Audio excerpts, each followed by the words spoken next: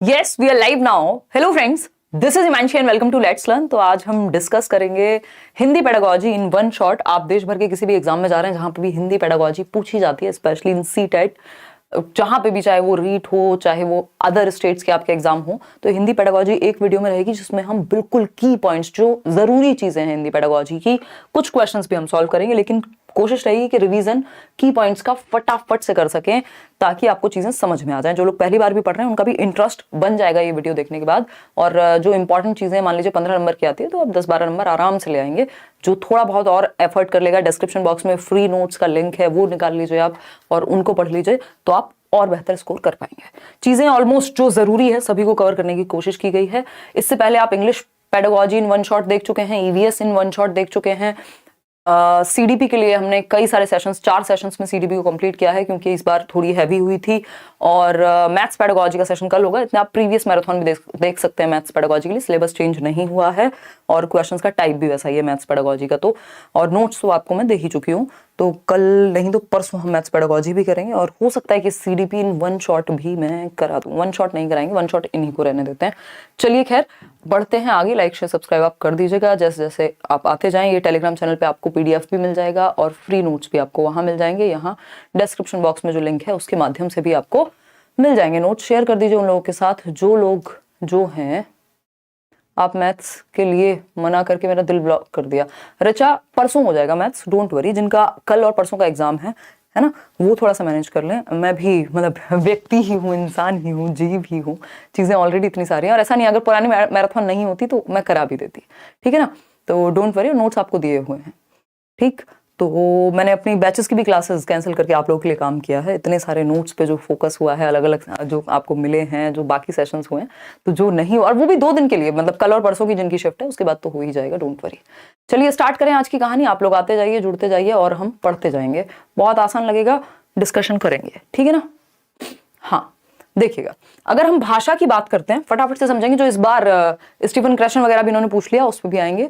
भाषा की जब हम बात करते हैं तो भाषा हमें पता है संप्रेषण का माध्यम है, यानी अपनी बात को कहने का, अपने आप को अभिव्यक्त करने का एक साधन है, दूसरे की बात को सुनने का एक साधन है। तो लेकिन ये एक साधन मात्र नहीं है। भाषा के बहुत सारे प्रकार हैं कि ये परिवर्तनशील है, डायनेमिक है, समय के साथ चेंज होती है ना। भाषा क्या है, एक अपने आप में स्वतंत्र चीज है। अगर हम बात कर रहे हैं भाषा की तो हम अभिव्यक्त भी कर सकते हैं इसके द्वारा, महसूस भी कर सकते हैं, चिंतन भी कर सकते हैं। तो हम कहेंगे भाषा विचारों की अभिव्यक्ति, यानी एक्सप्रेशन ऑफ थॉट।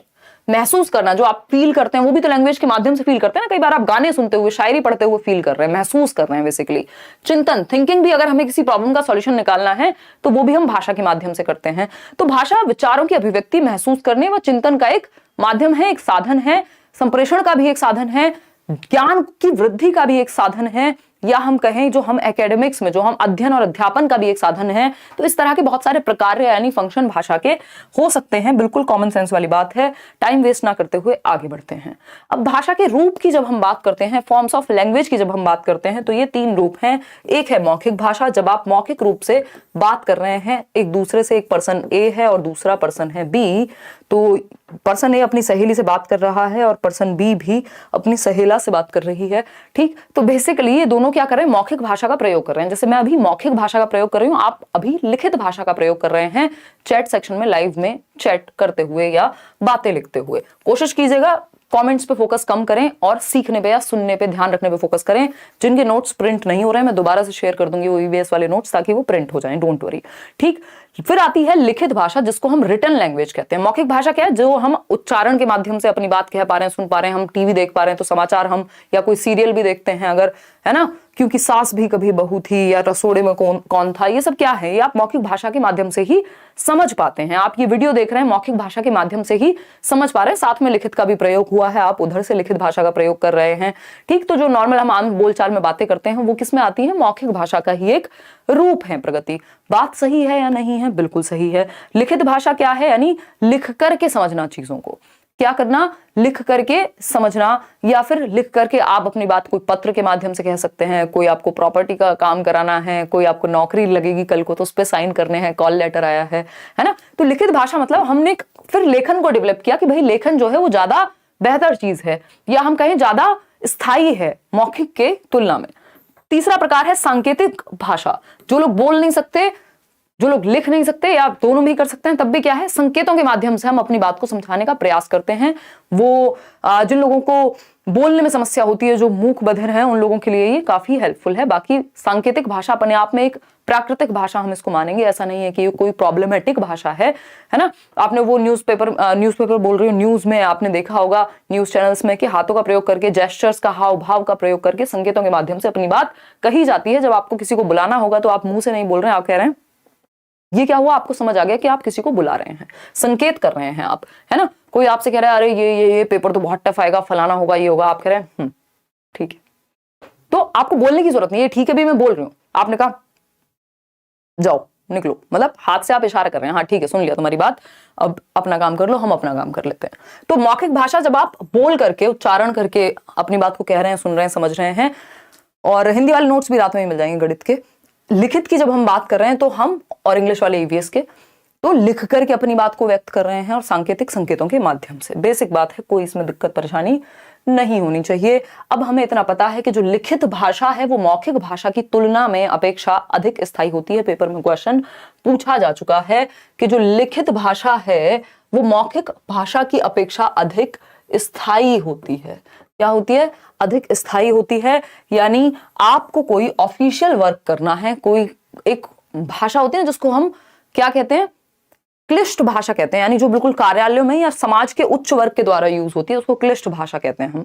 ठीक, तो जो भाषा है, आप मान लीजिए कोई प्रॉपर्टी के पेपर साइन कराने जा रहे हैं, अच्छा जिसकी प्रॉपर्टी, उसने कहा हाँ ठीक है मान लिया ये आज से आपकी है, आप कह रहे हैं अच्छा कानूनी कार्रवाई कर लें, पेपर वर्क कर लें, उसने कहा नहीं नहीं मैंने कह तो दिया है आपकी है। तो वो कह तो दिया वाली बात इतनी स्टेबल, इतनी स्थायी नहीं होती, वो अस्थायी होती है। लिखित बात पक्की हो जाती है कि लिख के ले लो यही होगा, हम कहते हैं ना। और उस गाने का भी मैं बार बार आपको एग्जाम्पल, मैम डर लग रहा है, सब पढ़ लिया है बट फिर भी डर लग रहा है, क्या करूं, बहुत नर्वस फील कर रहा हूं। मनीषी आपके साथ नहीं, ये सबके साथ होता है कि डर अंत तक लगता है। कई लोग पढ़ते जाते हैं अंत तक, कई लोग पढ़ना छोड़ देते हैं एक दिन पहले, वो आपकी अपनी पर्सनल चॉइस है।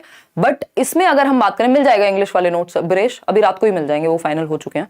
तो अगर हम बात करें मैथ्स और इंग्लिश दोनों के, जो हिंदी मीडियम वाला जो पंगा है ना, वो भी हो जाएगा। तो हम यहाँ पे ये कह रहे हैं कि आपने जो पढ़ लिया बस अब पढ़ लिया ना, पेपर में सब याद आ जाएगा, वहां आपको खुद से नहीं लिखना, आंसर्स होंगे, ऑप्शंस होंगे आपके सामने। तो अब जिसने पढ़ा है वो अपने आप दिमाग चलने लगता है, उसकी टेंशन मत लो, पहले से अब ज्यादा सोचने की जरूरत ही नहीं है। अब तो जो होगा पेपर में देख लेना, कुछ परेशान होकर भी हो नहीं जाने वाला।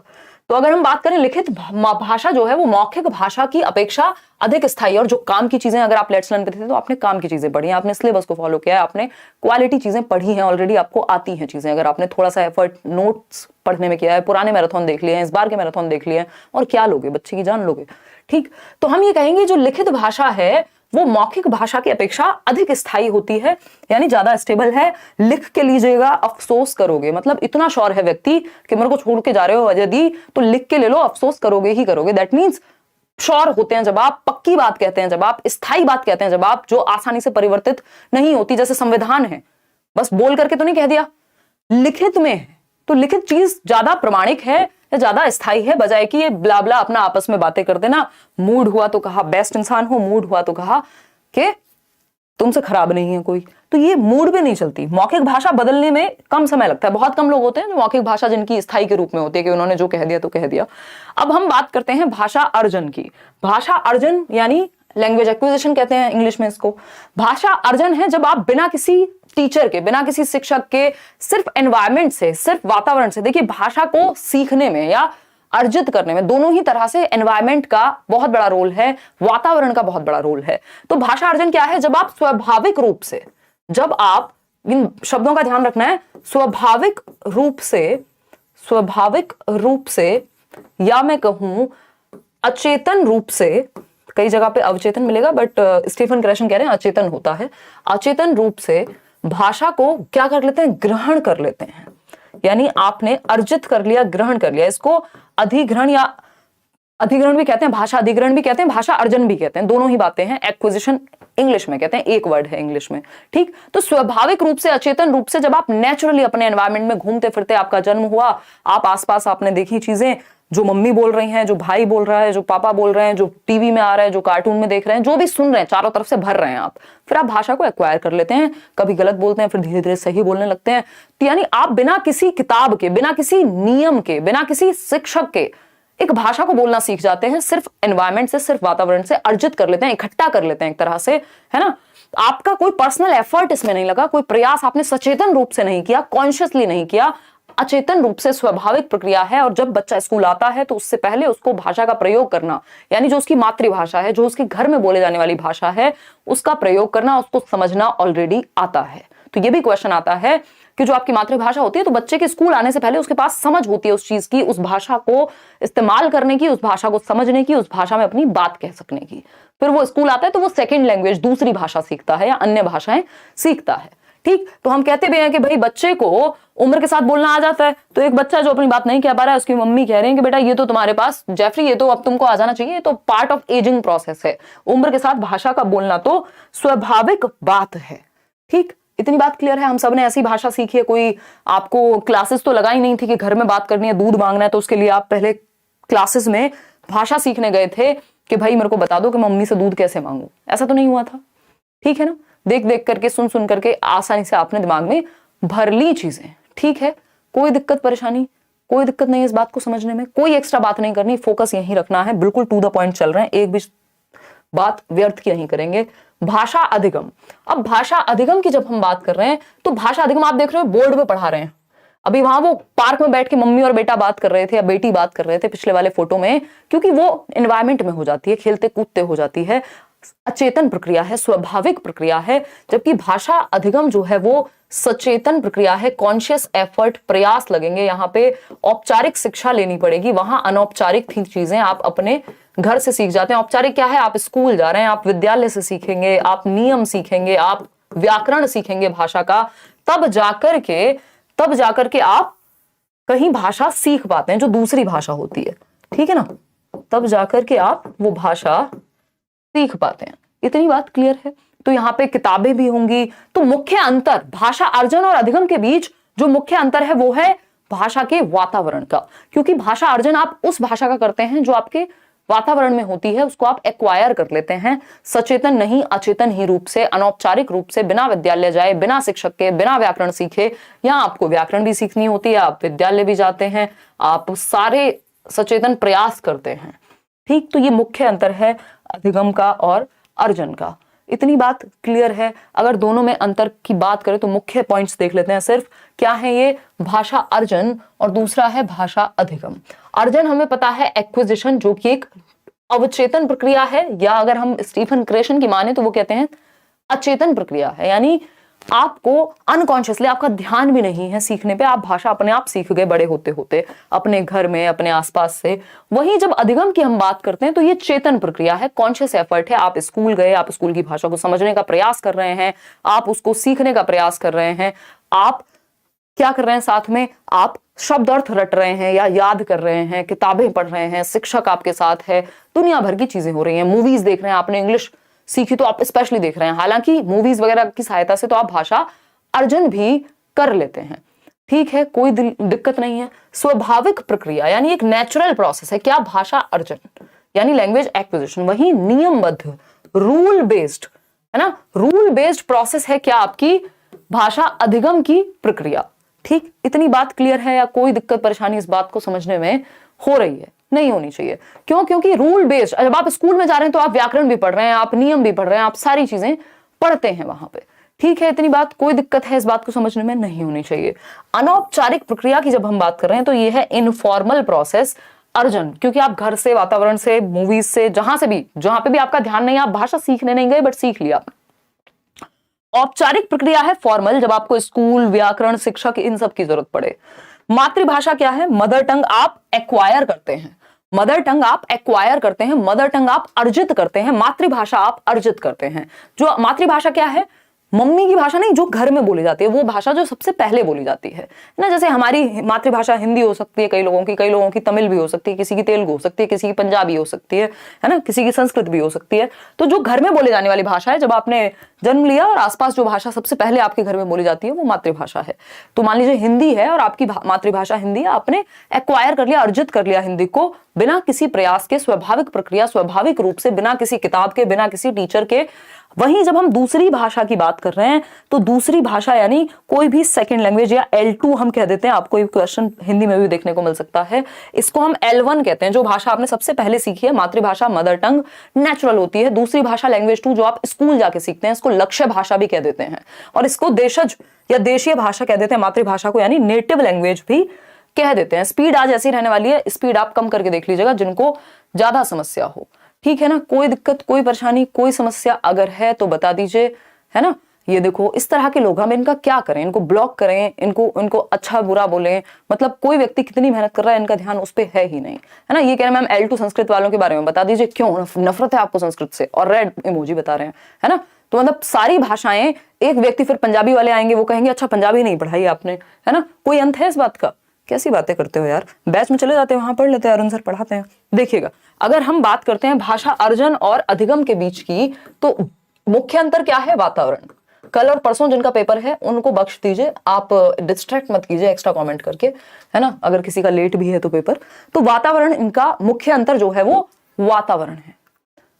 क्लियर है बात? कोई दिक्कत, कोई परेशानी नहीं होनी चाहिए। तो मुख्य अंतर इन दोनों के बीच का वो वातावरण है, क्योंकि भाषा अर्जन के लिए आपकी मातृभाषा का वातावरण आपको घर पे मिल जाता है। अगर आपको दूसरी भाषा का भी वातावरण मिल गया होगा तो आप एक से अधिक भाषाएं भी अर्जित कर सकते हैं स्वाभाविक रूप से। यानी घर में अगर आपकी इंग्लिश भी बोली जाती है, हिंदी भी बोली जाती है शुरू से ही, तो आप नेचुरली स्वाभाविक रूप से एक्वायर कर चुके होते, हिंदी भी इंग्लिश भी।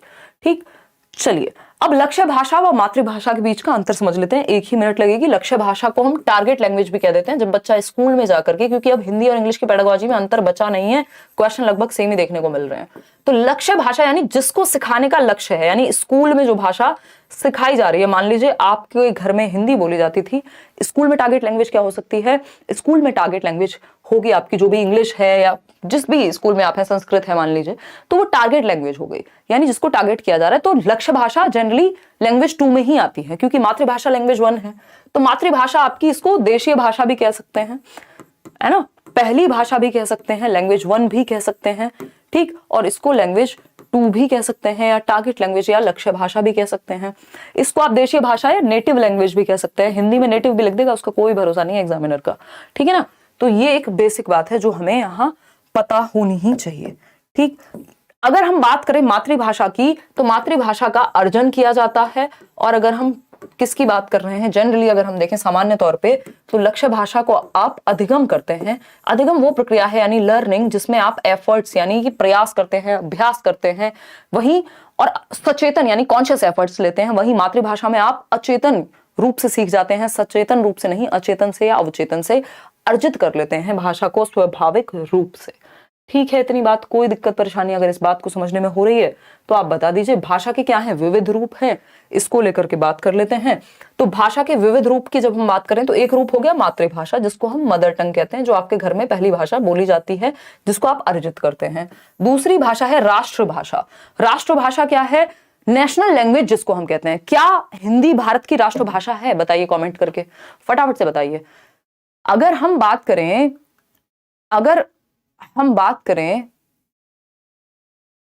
फटाफट से बताइए। No no no no. क्या हिंदी भारत की राष्ट्रभाषा है? क्योंकि हम बचपन से बड़े होते हैं, हमारे आसपास यही बात बोली जाती है कि भाई हिंदी भारत की राष्ट्रभाषा है ना। फिर एक आध बार जब तक हम बेइज्जती नहीं करा लेते समाज में अपनी, जहां पे 4 पढ़े लिखे लोग हों, हमें पता नहीं लगता, या हम पेपर की तैयारी नहीं करते जब तक, ठीक। तो अगर हम देखें तो भारत की राष्ट्रभाषा कोई नहीं है, यानी नेशनल लैंग्वेज नहीं है। हिंदी भारत की राष्ट्रभाषा नहीं है, हिंदी भारत की राजभाषा है ना, ऑफिशियल लैंग्वेज है।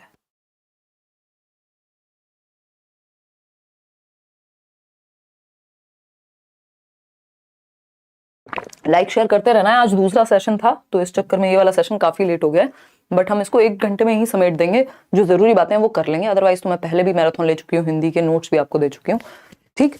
चलिए आगे बढ़े, समझे, जाने चीजों को। कोई दिक्कत परेशानी यहां तक हो तो आप बता सकते हैं। नो, ठीक है।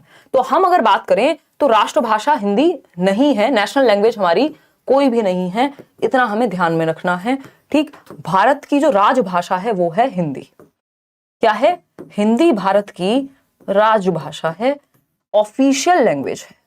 और किस एक्ट के तहत है? फटाफट से बताओ कमेंट करके। अभी कल परसों हमने इंग्लिश पेडागोजी में भी डिस्कस किया था, फटाफट से बताओ।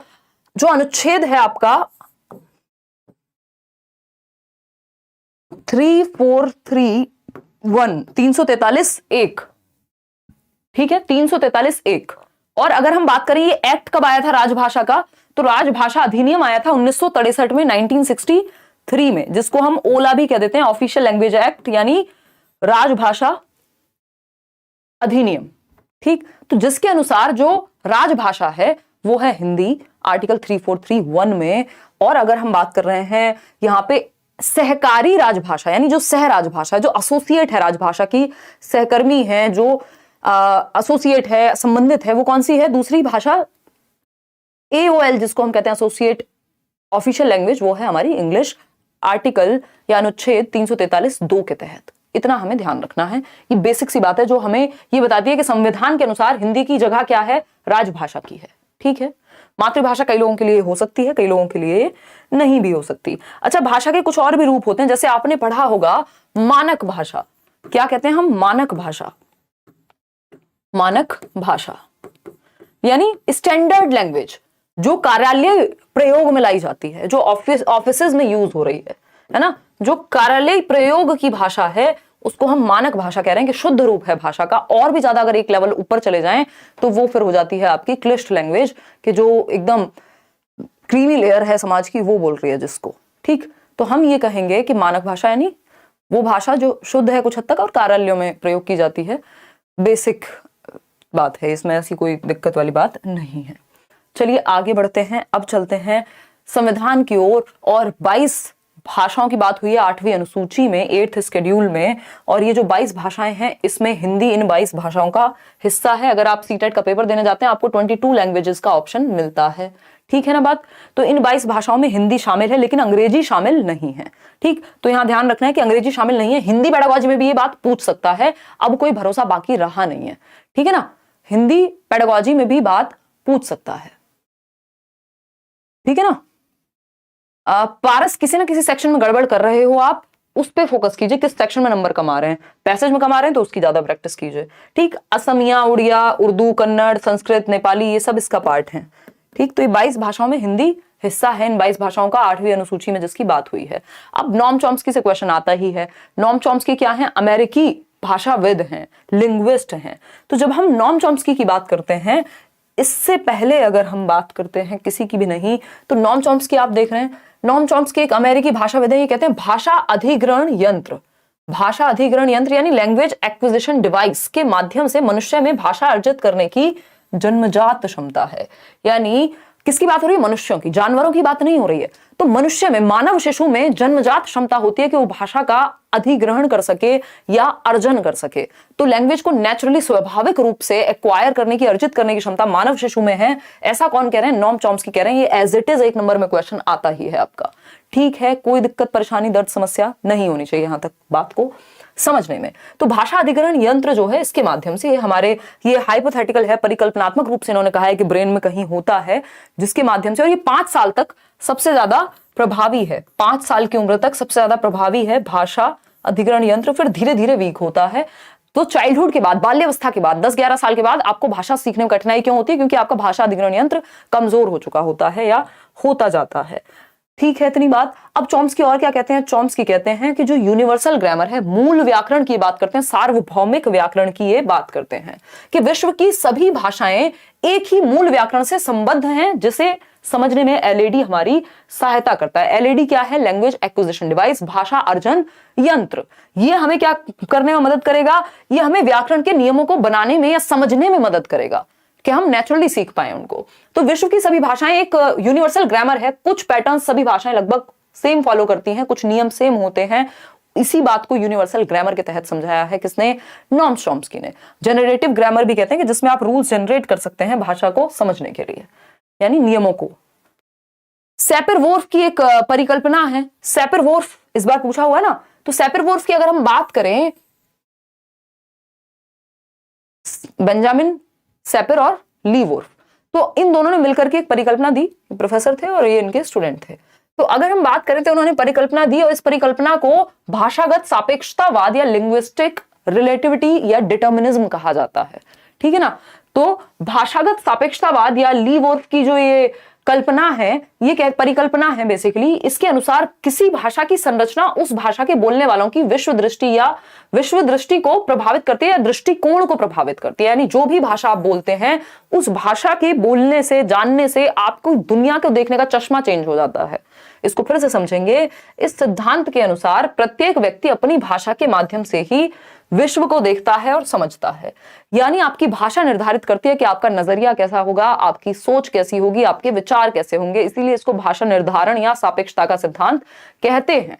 ठीक, ये कह रहे हैं, ये भाषा नियतिवाद का सिद्धांत भी कह देते हैं कई लोग। डिटर्मिनिज्म है कि भाषा निर्धारित करे, जो भाषा आप बोल रहे हैं वो निर्धारित करेगी। या जिस मान लीजिए आपको हिंदी पढ़ी है आपने, तो आपने रामायण पढ़ी होगी, आपने उस तरह के ग्रंथ पढ़े होंगे, आपने वैसा ही साहित्य पढ़ा होगा, तो आपकी सोच उस तरह की होगी। अगर इंग्लिश पढ़ी है तो इंग्लिश के जैसी सोच होगी। तो बेसिकली भाषा नियतिवाद की तरफ लेके जाती है, सापेक्षता की तरफ लेके जाती है। यानी भाषा निर्धारित कर रही है कि हमारा विचार, हमारा दुनिया को देखने का नजरिया कैसा होगा। ठीक है, कोई दिक्कत परेशानी नहीं है। पीवाईक्यू डिफिकल्ट लग रहे हैं, कुछ क्वेश्चंस अलग से करेंगे। नहीं प्रशांत, 90% क्वेश्चंस आपको इसी तरह के देखने को मिलेंगे। और अगर हम बात करें, एक एक सेशन और भी ले लूंगी मैं क्वेश्चंस को, डोंट वरी। चलिए, बस क्वेश्चन को अगर आप पढ़ के समझ गए तो आधी दिक्कत खत्म हो गई। जैसे ये क्वेश्चन है आपके सामने इससे रिलेटेड, यह है विचार की भाषा यह निर्धारित करती है कि हम दुनिया के बारे में किस प्रकार सोचते हैं।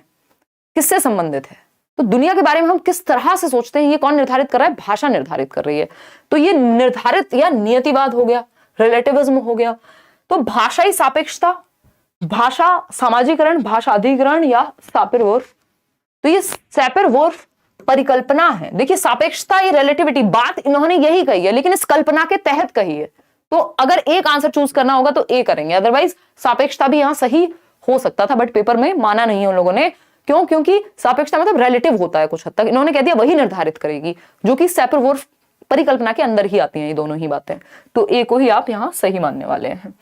आगे बढ़ेंगे, स्किनर की बात कर लेते हैं। स्किनर क्या है? स्किनर कहते हैं कि भाषा जो है, बच्चा वो अपने माता पिता और आसपास के लोगों की भाषा का अनुकरण करके सीखता है, यानी नकल करके सीखता है, यानी कॉपी करेगा, उनको इमिटेट करेगा जो आसपास के लोग हैं। जब वो माता जी को देखता है बात करते हुए कि खाना खा रही हूं, तो वो भी उसको तुतला करके बोलता है कि मैं भी खाना खा रही हूं, या व्हाटएवर तुतला करके बोलेगा। ठीक, तो कॉपी करता है बच्चा, अनुकरण करके आसपास के लोगों का भाषा सीखता है या एक्वायर करता है। जब वो गलती करता है तो उसको पुनर्बल नहीं मिलता। जब वो थोड़ा सा बोलता है, बच्चे ने तुतला करके बोला, अरे मम्मा मम्मा मुझे भी खाना दो, तो ये क्या हुआ? मम्मी कह रही है, अरे वाह मेरे बच्चे ने तो आज ये बोल दिया, कितना अच्छे से बोलता है, कितनी प्यारी आवाज है, व्हाटएवर। तो बच्चों को पुनर्बलन मिलेगा, वो अनुकरण और बेहतर तरीके से करेगा अगली बार। तो इसी तरह से लैंग्वेज बेहतर होती जाती है, भाषा आपकी बेहतर होती जाती है। जैसे जैसे आप अनुकरण करते हैं, फिर आपको पुनर्बलन मिलता है, फिर आप अनुकरण करते हैं, फिर पुनर्बलन मिलता है। गलत चीजों पे आपको पुनर्बलन नहीं मिलता है और फिर मिलती है। ठीक है ना। तो ये एक बेसिक बात हुई जिसको हम देख करके समझ पा रहे हैं प्रतिमा यहाँ। ठीक, तो ये कह रहे हैं कि अनुकरण और पुनर्बलन से भाषा विकसित होती है, भाषा सीखी जाती है। किसके अनुसार? स्किनर के अनुसार। पियाजे और वाइगोत्स्की, इनको हर जगह आना ही होता है, आपको पता है। आखिर तुम्हें आना है, तो देर में आए हैं बट आ गए हैं, क्योंकि इनको हर सब्जेक्ट में अपनी टांग अड़ानी ही है। ठीक, क्योंकि महत्वपूर्ण काम किया है इन्होंने। ठीक है ना। तो अगर हम बात करें कि तो ये वैसी सी ही बात है, अपनी तारीफ करने का मन नहीं कर रहा, बट ये वैसी सी ही बात है कि सीटेट को ऑनलाइन पढ़ा जा सकता है। आज से 20 साल बाद जब बात होगी और आप भूल जाएं कि हिमांशु ने ऐसा किया था सबसे पहले सबसे बेहतर तरीके से, तो ये वैसी ही बात हो जाएगी कि हम पियाजे और वाइगोत्स्की को ना पढ़ें जब हम बच्चे को समझ रहे हैं। तो ठीक, तो पियाजे और वाइगोत्स्की की अगर हम बात करें, पियाजे और वाइगोत्स्की की अगर हम बात करें, तो ये कहते हैं, पियाजे कहते हैं कि बच्चा विचार जो है वो भाषा से पहले आता है। यानी थॉट जो है वो पहले आएगा भाषा से। बोलना तो बाद में सीखते हैं, मन में विचार तो आने ही लगते हैं ना। तो विचार भाषा से पहले आता है और विचार जो है निर्धारित करेगा कि आप भाषा क्या बोलेंगे। तो विचार न केवल पहले आता है भाषा से, बट ये निर्धारित भी करता है कि भाषा कैसी होगी। ठीक है, कोई दिक्कत, कोई परेशानी इस बात को समझने में है कि नहीं है, ये बता दीजिएगा। क्लियर है बात? कोई दिक्कत नहीं है, समझते हैं। अब वाइगोत्स्की की जब हम बात कर रहे हैं, वाइगोत्स्की कह रहे हैं समाज और संस्कृति से, यानी सामाजिक अंतःक्रिया से, सोशल इंटरेक्शन से क्या होती है? सोशल इंटरेक्शन से, सामाजिक अन्योन्य क्रिया से भाषा सीखी जाती है। जब बच्चे आपस में चार लोगों से बात करते हैं, बाहर निकलते हैं, लोगों को बात करते हुए देखते हैं, ठीक। तो इनका मानना है कि विचार और भाषण या विचार और भाषा, अगर मैं बात करूं तो विचार और भाषा पहले अलग अलग होते हैं, स्वतंत्र होते हैं, और फिर 3 साल के आसपास जाकर के विलीन हो जाते हैं, एक दूसरे में इंटरमिंगल हो जाते हैं। ये एक कहानी है जो कौन कह रहे हैं? वाइगॉस्की कह रहे हैं, ठीक। ये उल्टा नहीं कह रहे हैं एक दूसरे का, बट दोनों अपनी अपनी बात रख रहे हैं। जब भाषा के प्रकार की बात करते हैं तो जीन पियाजे ने कहा कि अहम केंद्रित वाक यानी ईगो सेंट्रिक स्पीच, जब बच्चा खुद से ही बोल बोल करके बातें करे 2 से 7 वर्ष में, या मैं कहूं 3 से 6 वर्ष में, तो उस समय ये कह रहे हैं कि हाँ ठीक है, इसका अपना महत्व है, बट उतना महत्व नहीं है। मतलब है इसका भी महत्व अहम केंद्रित वाक का, यानी बच्चा खुद से ही बातें कर रहा है, बट इन्होंने तो ये कहा है ना कि जो संज्ञान है उससे भाषा विकसित हो रही है, जबकि वाइगॉस्की कह रहे हैं भाषा से संज्ञान यानी कॉग्निशन विकसित होगा। तो लेव वाइगॉस्की की जब हम बात करें तो बालक भाषा अपने परिवेश से यानी अंतःक्रिया करके सीखता है, इंटरेक्ट करके सीखता है। इनके अनुसार जो निज भाषा है, वाइगॉस्की के अनुसार भाषा के 3 मुख्य प्रकार हैं। यहां से एक क्वेश्चन आता ही है ना, निश्चित है एक क्वेश्चन आना। वाइगॉस्की के जो 3 प्रकार हैं वहां से, वाइगॉत्स्की की जब हम बात कर रहे हैं, वाइगॉत्स्की की जब हम बात कर रहे हैं तो इन्होंने सबसे पहले दिया है सामाजिक वाक का कॉन्सेप्ट। सामाजिक यानी सोशल स्पीच, जब बच्चा समाज में अपने आसपास के लोगों से बात करना शुरू कर दे, तुतला के जैसे भी बोलना शुरू कर दे, अपनी बात को कहना शुरू कर दे, जो कि 2 वर्ष में हो जाता है। मैं आपको बता भी दूंगी कितने वर्ष में कितनी डिक्शनरी आ जाती है। खाना बनाते हुए देख रहे हैं, बहुत बढ़िया। देखिएगा इस टाइम कौन सा खाना बनता है, रात के 10:30 बजे, कमाल कर दिए हैं। सामाजिक वाक जो 2 वर्ष में आ जाएगा। फिर आता है निज वाक, जिसको इन्होंने बहुत महत्व दिया है। निज वाक या निजी वाक कह लीजिए आप, इसको प्राइवेट स्पीच कहते हैं अंग्रेजी में, ठीक। तो ये 3 से 6 वर्ष, 3 से 6 वर्ष, और ये बहुत अहम भूमिका निभाता है संज्ञानात्मक विकास में। फिर आता है मौन वाक, साइलेंट इनर स्पीच, मौन वाक, ये लास्ट स्टेज है, 6 साल के अराउंड आती है, 6 साल के बाद आती है, ठीक। तो यहां पे स्व निर्देशन देता है बच्चा, खुद से ही बातें करके। प्राइवेट स्पीच मतलब जब वो खुद से बातें करे, यहां वो नॉर्मल अपनी नीड्स को फुलफिल करने के लिए, अपनी आवश्यकताओं के बारे में, मम्मी खाना दे दो, पापा पानी ला दो, वॉट एवर, ये बातें करना सीखता है 2 वर्ष में, जब वो 2 शब्दों को जोड़ के एक नया सेंटेंस, एक नया वाक्य बनाना सीखता है। फिर 3 वर्ष में वो खुद से ही बातें कर रहा है, अपना खिलौना जोड़ते हुए, तोड़ते हुए, अरे इसको कहां लगाऊं, उसको क्या करूं। तो ये स्व निर्देशन मिलता है इससे। वाइगॉस्की कहते हैं ये सेल्फ डायरेक्शन मिलता है बच्चे को, सेल्फ रेगुलेशन कर पाता है, वो खुद को ही नियंत्रित कर पाता है अपने विचारों को। किससे? निजी वाक से, या हम कहेंगे प्राइवेट स्पीच से। मौन वाक फिर बाद में और हायर लेवल पे चला गया, मन में ही वो बोल लेगा, बाहर किसी को कुछ बोलने की जरूरत नहीं है। जबकि निजी वाक में वो खुद से ही बातें कर रहा था, लेकिन निजी वाक भी महत्वपूर्ण है। तो इतना बात हम ध्यान रखेंगे। कोई पजल बॉक्स को कपड़े की तह बनाते हुए बच्चा खुद से बातें कर रहा हो, अरे इसको ऐसे नहीं ऐसे फोल्ड करते हैं, खुद से बातें कर रहा है, तो ये निज वाक है, प्राइवेट स्पीच है, ठीक है। तो इन्होंने कहा ये जो निजी वाक है, ये जो प्राइवेट स्पीच है, ये बहुत ही महत्वपूर्ण है संज्ञानात्मक विकास में, कॉग्निटिव डेवलपमेंट में, ठीक है। इतनी बात। वाइगॉस्की के अकॉर्डिंग तो सोसाइटी, कल्चर और लैंग्वेज, ये 3 महत्वपूर्ण चीजें हैं। अब स्टीफन क्रेशन आ गए हैं, ये अंग्रेजी आप छोड़ दीजिए, हिंदी में समझते हैं, क्योंकि आज हिंदी की कक्षा है। इतनी बात ठीक है या नहीं? ठीक है, कोई दिक्कत नहीं है। मैथ पढ़ा जो है कुछ करा दो कल तक, गुलशन कह रही हैं।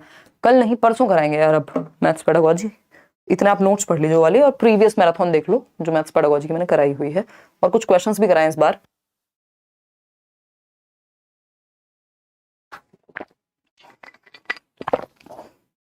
जितना ध्यान आपका आज है, इतनी रात को भी आप इतनी संख्या में जुड़े हुए हैं, देखिएगा इतना आप पहले से क्यों नहीं रखते हैं? रखते हैं वैसे कुछ लोग।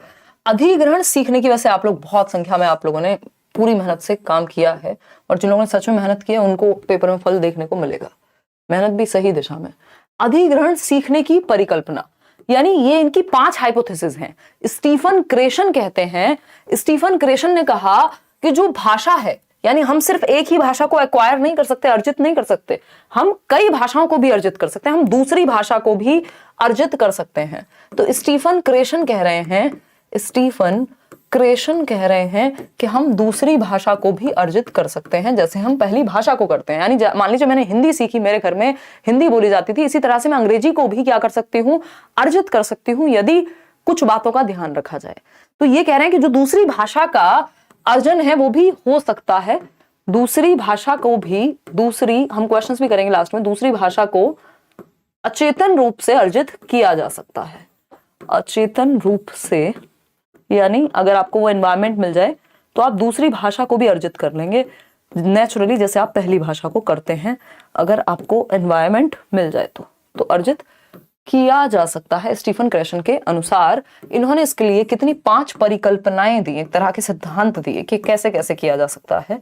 अभी जीवित हैं स्टीफन क्रेशन, है ना, ये भी अमेरिकी भाषा विद्वान लिंग्विस्ट हैं, टीचर प्रोफेसर सब रहे।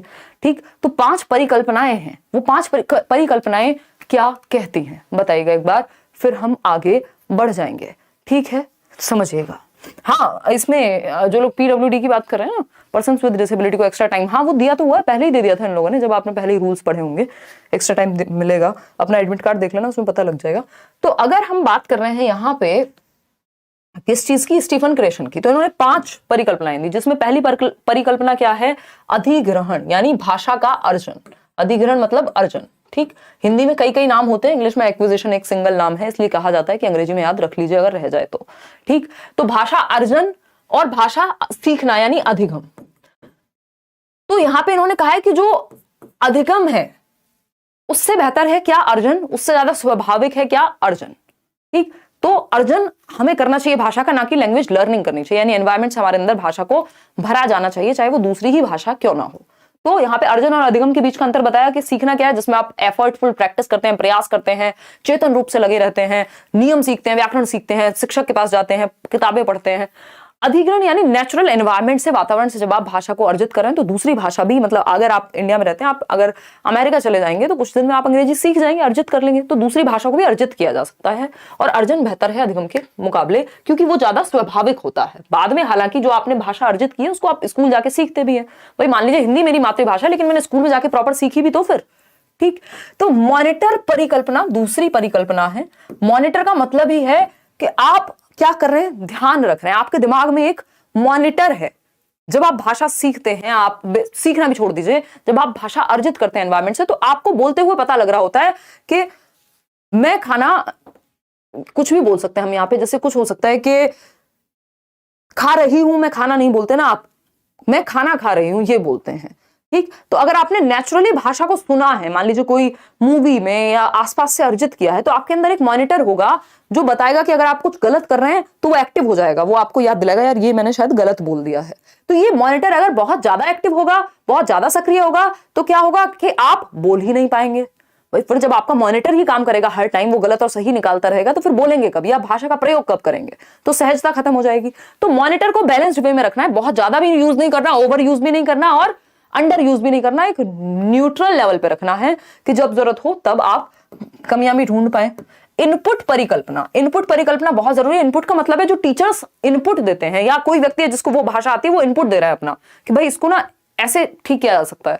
तो बच्चों को स्कूल में क्या किया जाना चाहिए, हल्का सा +1 लेवल का इनपुट दिया जाना चाहिए। +1 क्या हो सकता है, आपको पता है बच्चे को इस लेवल तक का टास्क आता है, अब आप उसको हल्का सा डिफिकल्ट देते हैं, ना बहुत ज्यादा डिफिकल्ट और ना बहुत ज्यादा इजी, हल्का सा चैलेंजिंग, +1 इनपुट, ये पूछा जाता है पेपर में।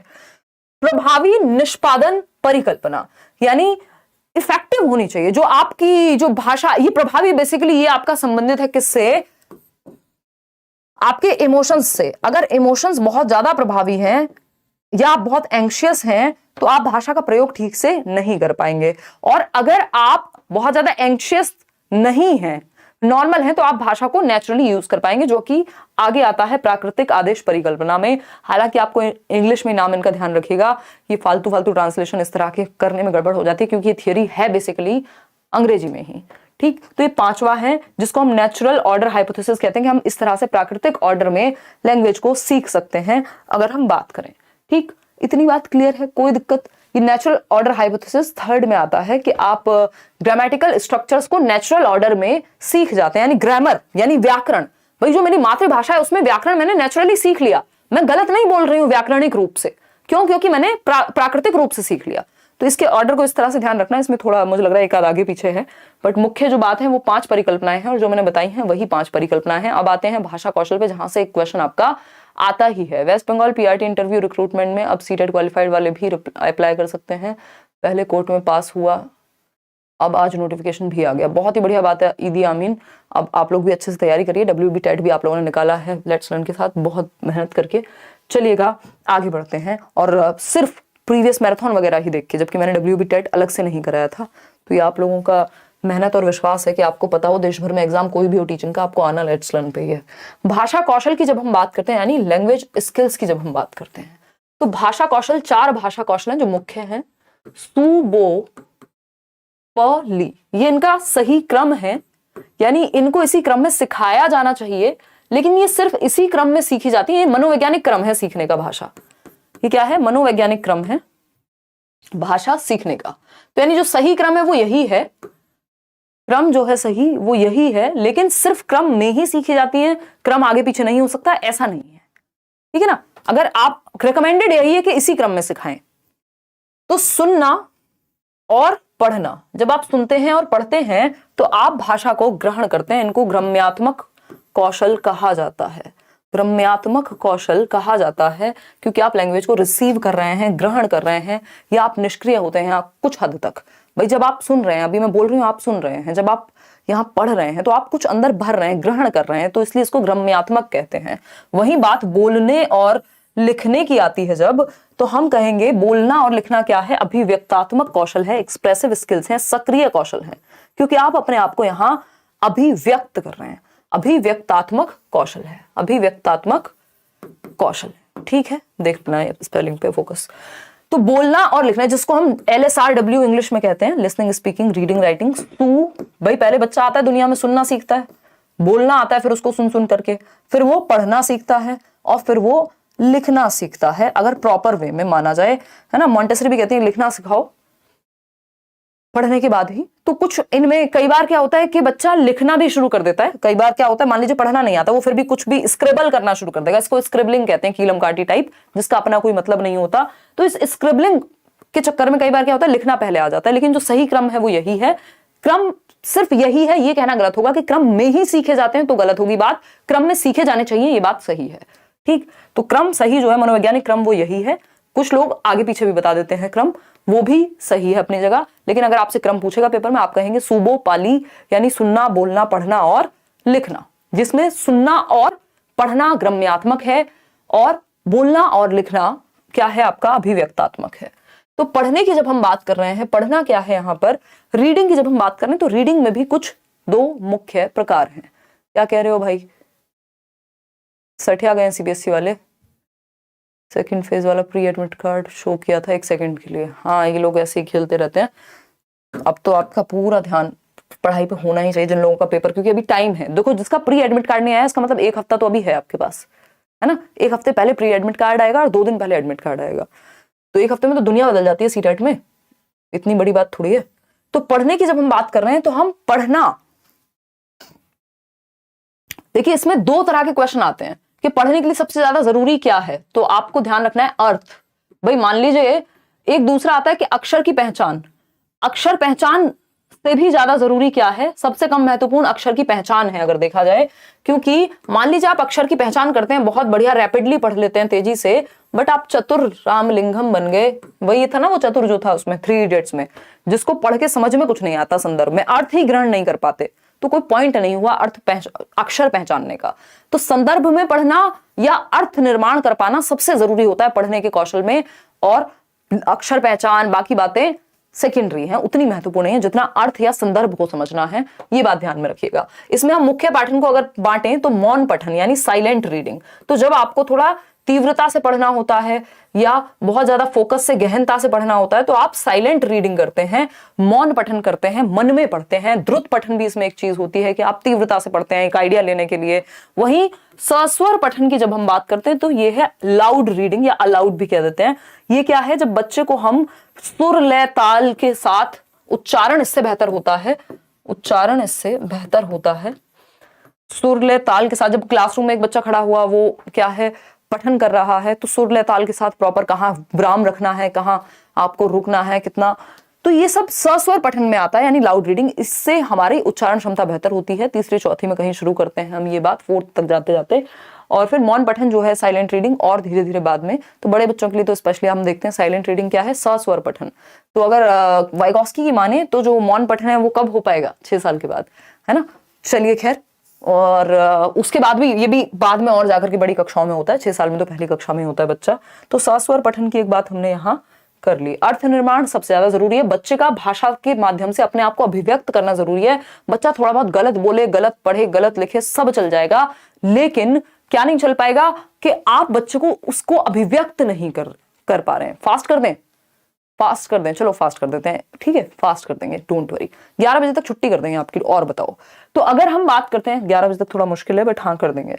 तो अगर हम बात करें यहां पे, तो हमने ये देखा कि समझना जो है वो सबसे ज्यादा जरूरी है। मातृभाषा का प्रयोग करने देना है बच्चे को। अगर थोड़ा बहुत वो गड़बड़ करे, दूसरी भाषा को सीखते समय मातृभाषा में बोलना शुरू कर दे तो कोई बात नहीं, आपको क्या करना है, मातृभाषा को एक्सेप्ट करना है। त्रिभाषा सूत्र याद रखिएगा। त्रिभाषा सूत्र यानी कोठारी आयोग में बात हुई है त्रिभाषा सूत्र की। 3 भाषाएं प्राथमिक लेवल पे मातृभाषा में पढ़ाना है। फिर अगर सेकंड लैंग्वेज की हम बात कर रहे हैं तो कोई भी मॉडर्न इंडियन लैंग्वेज या फिर अंग्रेजी, अगर हिंदी है पहली भाषा, मातृभाषा यदि हिंदी है तो, है ना, ये इंग्लिश वाली क्लास में भी समझाया था। और अगर हम बात करें थर्ड लैंग्वेज की, तो अगर इंग्लिश सेकंड लैंग्वेज पढ़ी है तो कोई भी मॉडर्न इंडियन लैंग्वेज, वो जो 22 भाषाएं हम देख रहे थे, और संस्कृत वगैरह को एडिशनल या फॉरेन लैंग्वेजेस को एडिशनल लैंग्वेजेस के रूप में एनईपी कहती है कि आप पढ़ा सकते हैं, न्यू एजुकेशन पॉलिसी। ये छोटी छोटी बातें जो आपने, देखो मैंने क्या किया है, जब आपने सारे नोट्स अगर आप पढ़ लेंगे, हिंदी, इंग्लिश, सीडीपी, मैथ्स और आपका ईवीएस, तो अगर आपने सारे नोट्स अच्छे से पढ़े हैं तो एक चीज हो सकती है जो सीडीपी में मैंने मेंशन नहीं की, क्योंकि वो उतनी महत्वपूर्ण वहां नहीं है जितनी मैंने वो ईवीएस में कर दी है, तो क्योंकि वो ईवीएस पे फोकस्ड है, मान लीजिए प्रोसेस स्किल्स ही हैं, तो इसलिए सारे नोट्स पढ़ना जरूरी है कि कुछ चीजें आपका कुछ बचेगा नहीं। फिर कोई एक चीज है मान लीजिए उस संदर्भ में पूछी जाती है तो वो वहां है। तो एमआईएल की ये मातृभाषा की हमने बात कर ली कि मातृभाषा में हम बच्चे को अभिव्यक्त करने देंगे अपने आप को। और एक छोटी सी बात मैं याद दिला देती हूँ, जो एडम स्मिथ हैं उनके, सॉरी एडम स्मिथ नहीं, स्मिथ के अनुसार अगर हम बात करते हैं किसकी, 1 साल में बच्चा 3 शब्द बोलने लगेगा, फिर आपको पता ही है कि 2 साल में 272 और 5 साल में 2072, 3 साल के आसपास 1000 शब्द या 900 प्लस, और 4 साल में 1500-1600 प्लस। तो ये थोड़ा बहुत आइडिया आपको पता होने चाहिए। सबसे पहली जो अवस्था होती है भाषा की वो होती है रोना यानी क्राइंग। फिर उसके बाद आता है कूकना। अगर हम कूकने की बात करें या कूइंग की बात करें तो ये 6 हफ्तों में यानी 1.5 महीने का बच्चा कुछ भी आवाज निकालता रहता है जिसका कोई मतलब नहीं होता, ठीक है ना। फिर अगर हम बात करते हैं बलबलाना की, बैबलिंग की, तो वो 6 महीने में आता है जब वो एक स्वर का प्रयोग कर पाएगा, बा, मा, पा। फिर उसके बाद एक शब्द की स्टेज आएगी जो 1 साल में आएगी, जब वो पापा, मम्मी, कोई एक शब्द बोलने लगेगा, ठीक, पानी। फिर अगर हम बात करते हैं, फिर आती है आपकी 18 से 24 महीने में 2 शब्द जोड़ करके टेलीग्राफिक स्पीच वाली अवस्था, यानी 1.5 से 2 साल में पहली बार 2 शब्दों को जोड़ के एक वाक्य बनाना शुरू करेगा बच्चा। और उसके बाद आता है आपका 5वीं जो स्टेज है वो है कि लॉन्गर अटरेंसेस, यानी अब अगर हम बात करते हैं तो 3 साल से तो फिर वो बड़ी बड़ी बातें फेंकना शुरू कर देता है। सबसे तेज गति से भाषा सीखने की जो स्टेज है सेंसिटिव पीरियड, ये मैंने सीडीपी में भी आपके साथ डिस्कस किया है, संवेदनशील या क्रिटिकल टाइम भाषा सीखने का, या एलएडी के लिए भी। तो वो संवेदनशील काल कौन सा है, जन्म से 5 वर्ष तक, या अर्ली चाइल्डहुड अगर आप देखें 2 से 6 वर्ष तक, ठीक, कोई दिक्कत नहीं है। ये बेसिक बातें जो आपको पता ही होनी चाहिए। अब हम लेखन के प्रकार पे थोड़ी सी बात कर लेते हैं। सुलेख होता है जब आप सुंदर सुंदर लिख रहे होते हैं अपनी नोटबुक में सजा सजा के। श्रुतलेख क्या होता है, मान लीजिए टीचर ने बोर्ड पे लिख दिया, आप बिल्कुल सुंदर नोटबुक या फिर आप किताब से सुंदर सुंदर लिख के अपनी कॉपी में कॉपी कर रहे हैं एक तरह से। श्रुतलेख क्या है, श्रुतलेख है जब इमला बोलते हैं ना इसको, डिक्टेशन, इससे आपकी स्पेलिंग मिस्टेक समझ रहे हो, वर्तनी की अशुद्धता, ये इंग्लिश मीडियम वाले भी ध्यान रखेंगे। तो श्रुतलेख यानी जो डिक्टेशन है उससे हमारी स्पेलिंग्स बेटर होती है, क्योंकि सुन के लिखना होता है। टीचर ने कुछ बोल रहे हैं, आपने वो किया होगा, फिर बाद में नंबर मिलते हैं, क्या सही लिखा क्या गलत लिखा, एक कहानी है जो वो बोल रहे हैं और फिर उसके बाद आप उसको लिखते जाते हैं। सुद्धू यादव, ठीक है। अनुलेख क्या है, अनुलेख वो कॉपी याद कीजिए अपनी, या वो नोटबुक याद कर लीजिए जिसमें ऐसे ऐसे डॉट डॉट डॉट होते थे, तो फिर आप ए को ऐसे बनाते थे, मतलब किसी एक ऊपर से पहले से रेखा है, लाइन है, उसके ऊपर आप उसका अनुकरण कर रहे हैं, उसको फॉलो कर रहे हैं। जैसे कै को ऐसे ना लिख के पूरा, ताकि आपको एक ढांचा मिल जाता था, तो आप क बना देते थे इसके ऊपर, यही अनुलेख है, ठीक। ये छोटी कक्षाओं में ज्यादा प्रयोग किया जाता है, ठीक है। तो ये थे सुलेख यानी सुंदर राइटिंग, श्रुतलेख जब सुन के लिखे वर्तनी के लिए, अनुलेख जब आप शब्द बनाना सीखते हैं। अब भाषाई विकार पे आ जाते हैं, एक क्वेश्चन यहां से आता ही है, भाषाई विकार क्या है, यानी लैंग्वेज डिसेबिलिटी। अफेजिया आपने सुना होगा, अफेजिया यानी या डिस्फेजिया भी कह सकते हैं, भाषा को समझने में कठिनाई। भाई आप कुछ बोल रहे हैं और मैं समझ नहीं पा रही हूं, तो इसका मतलब दिक्कत है कहीं। कभी कभार ना समझ पाना एक डिफरेंट चीज है, बट इस बच्चे को या जिसको भी अफेजिया है उसको ज्यादातर यही संभावना या यही समस्या रहेगी, ठीक है ना। 1 मिनट रुकना यार, मुझे शायद मैंने वो सेशन ऑफ नहीं किया पहले वाला। ओहो, 1 मिनट रुकना, वो सेशन ऑफ नहीं किया, मैं व्यस्त ही रह गई आप लोगों के साथ। ओहो, ये अभी भी लाइव है, यही होता है। 1 मिनट रुकना, वो इससे पहले वाला एडमिट कार्ड वाला सेशन था ना, मैं ज्यादा ही आजकल दिमाग व्यस्तता के शिखर पे है। 1 मिनट रुकना, 1 मिनट। अब तक तो कितने लोग उसको देख के सो जाते जिनका पेपर है कल तक। एडमिट कार्ड, ऐसा होता है कई बार, देखिएगा, समझें एक बार बात को।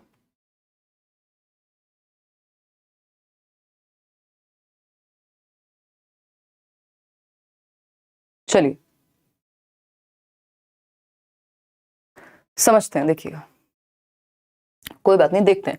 अगर हम भाषा विकार की बात कर रहे हैं तो समझने से, भाषा को समझने से संबंधित कठिनाई है यहाँ पे, है ना। विकार में कठिनाई तो होगी ही।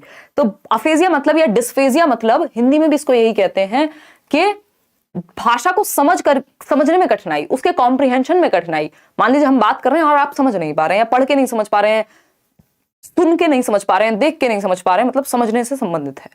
फिर आता है डिसलेक्सिया। डिसलेक्सिया है लेखन पठन संबंधी विकार, पढ़ने में कठिनाई, पठन संबंधी विकार। वो ईशान अवस्थी याद कीजिए, पठन संबंधी विकार यानी पढ़ने में समस्या होगी मुख्य रूप से।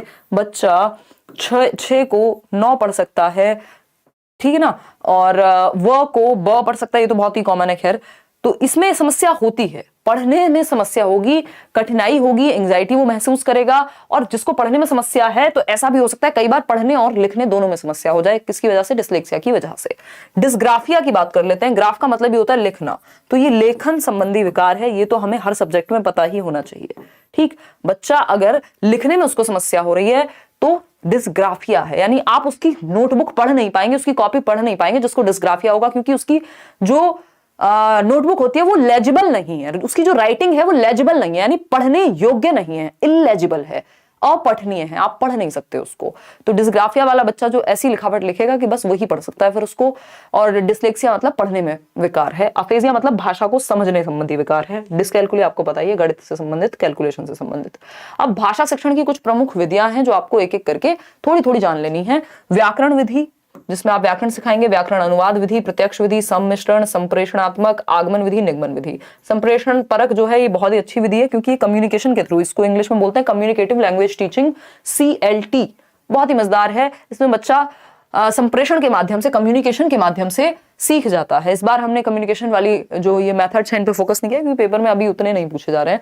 तो आप प्रीवियस ईयर से भी अगर आपकी नजर गई होगी, और मैंने ये सारे जो चैप्टर्स हैं, एक एक चैप्टर आपको कराया हुआ है। अगर आप प्लेलिस्ट उठा के देखेंगे पुरानी, तो मैंने हिंदी पेडागोजी का एक एक चैप्टर, इंग्लिश पेडागोजी का एक एक चैप्टर, EVS का एक एक चैप्टर, CDB का एक एक चैप्टर, सब कराया हुआ है। लेकिन अभी अंत में हम निचोड़ की बात करते हैं। व्याकरण विधि की जब हम बात करते हैं तो ये क्या है? ग्रामेटिकल मेथड है एक तरह से।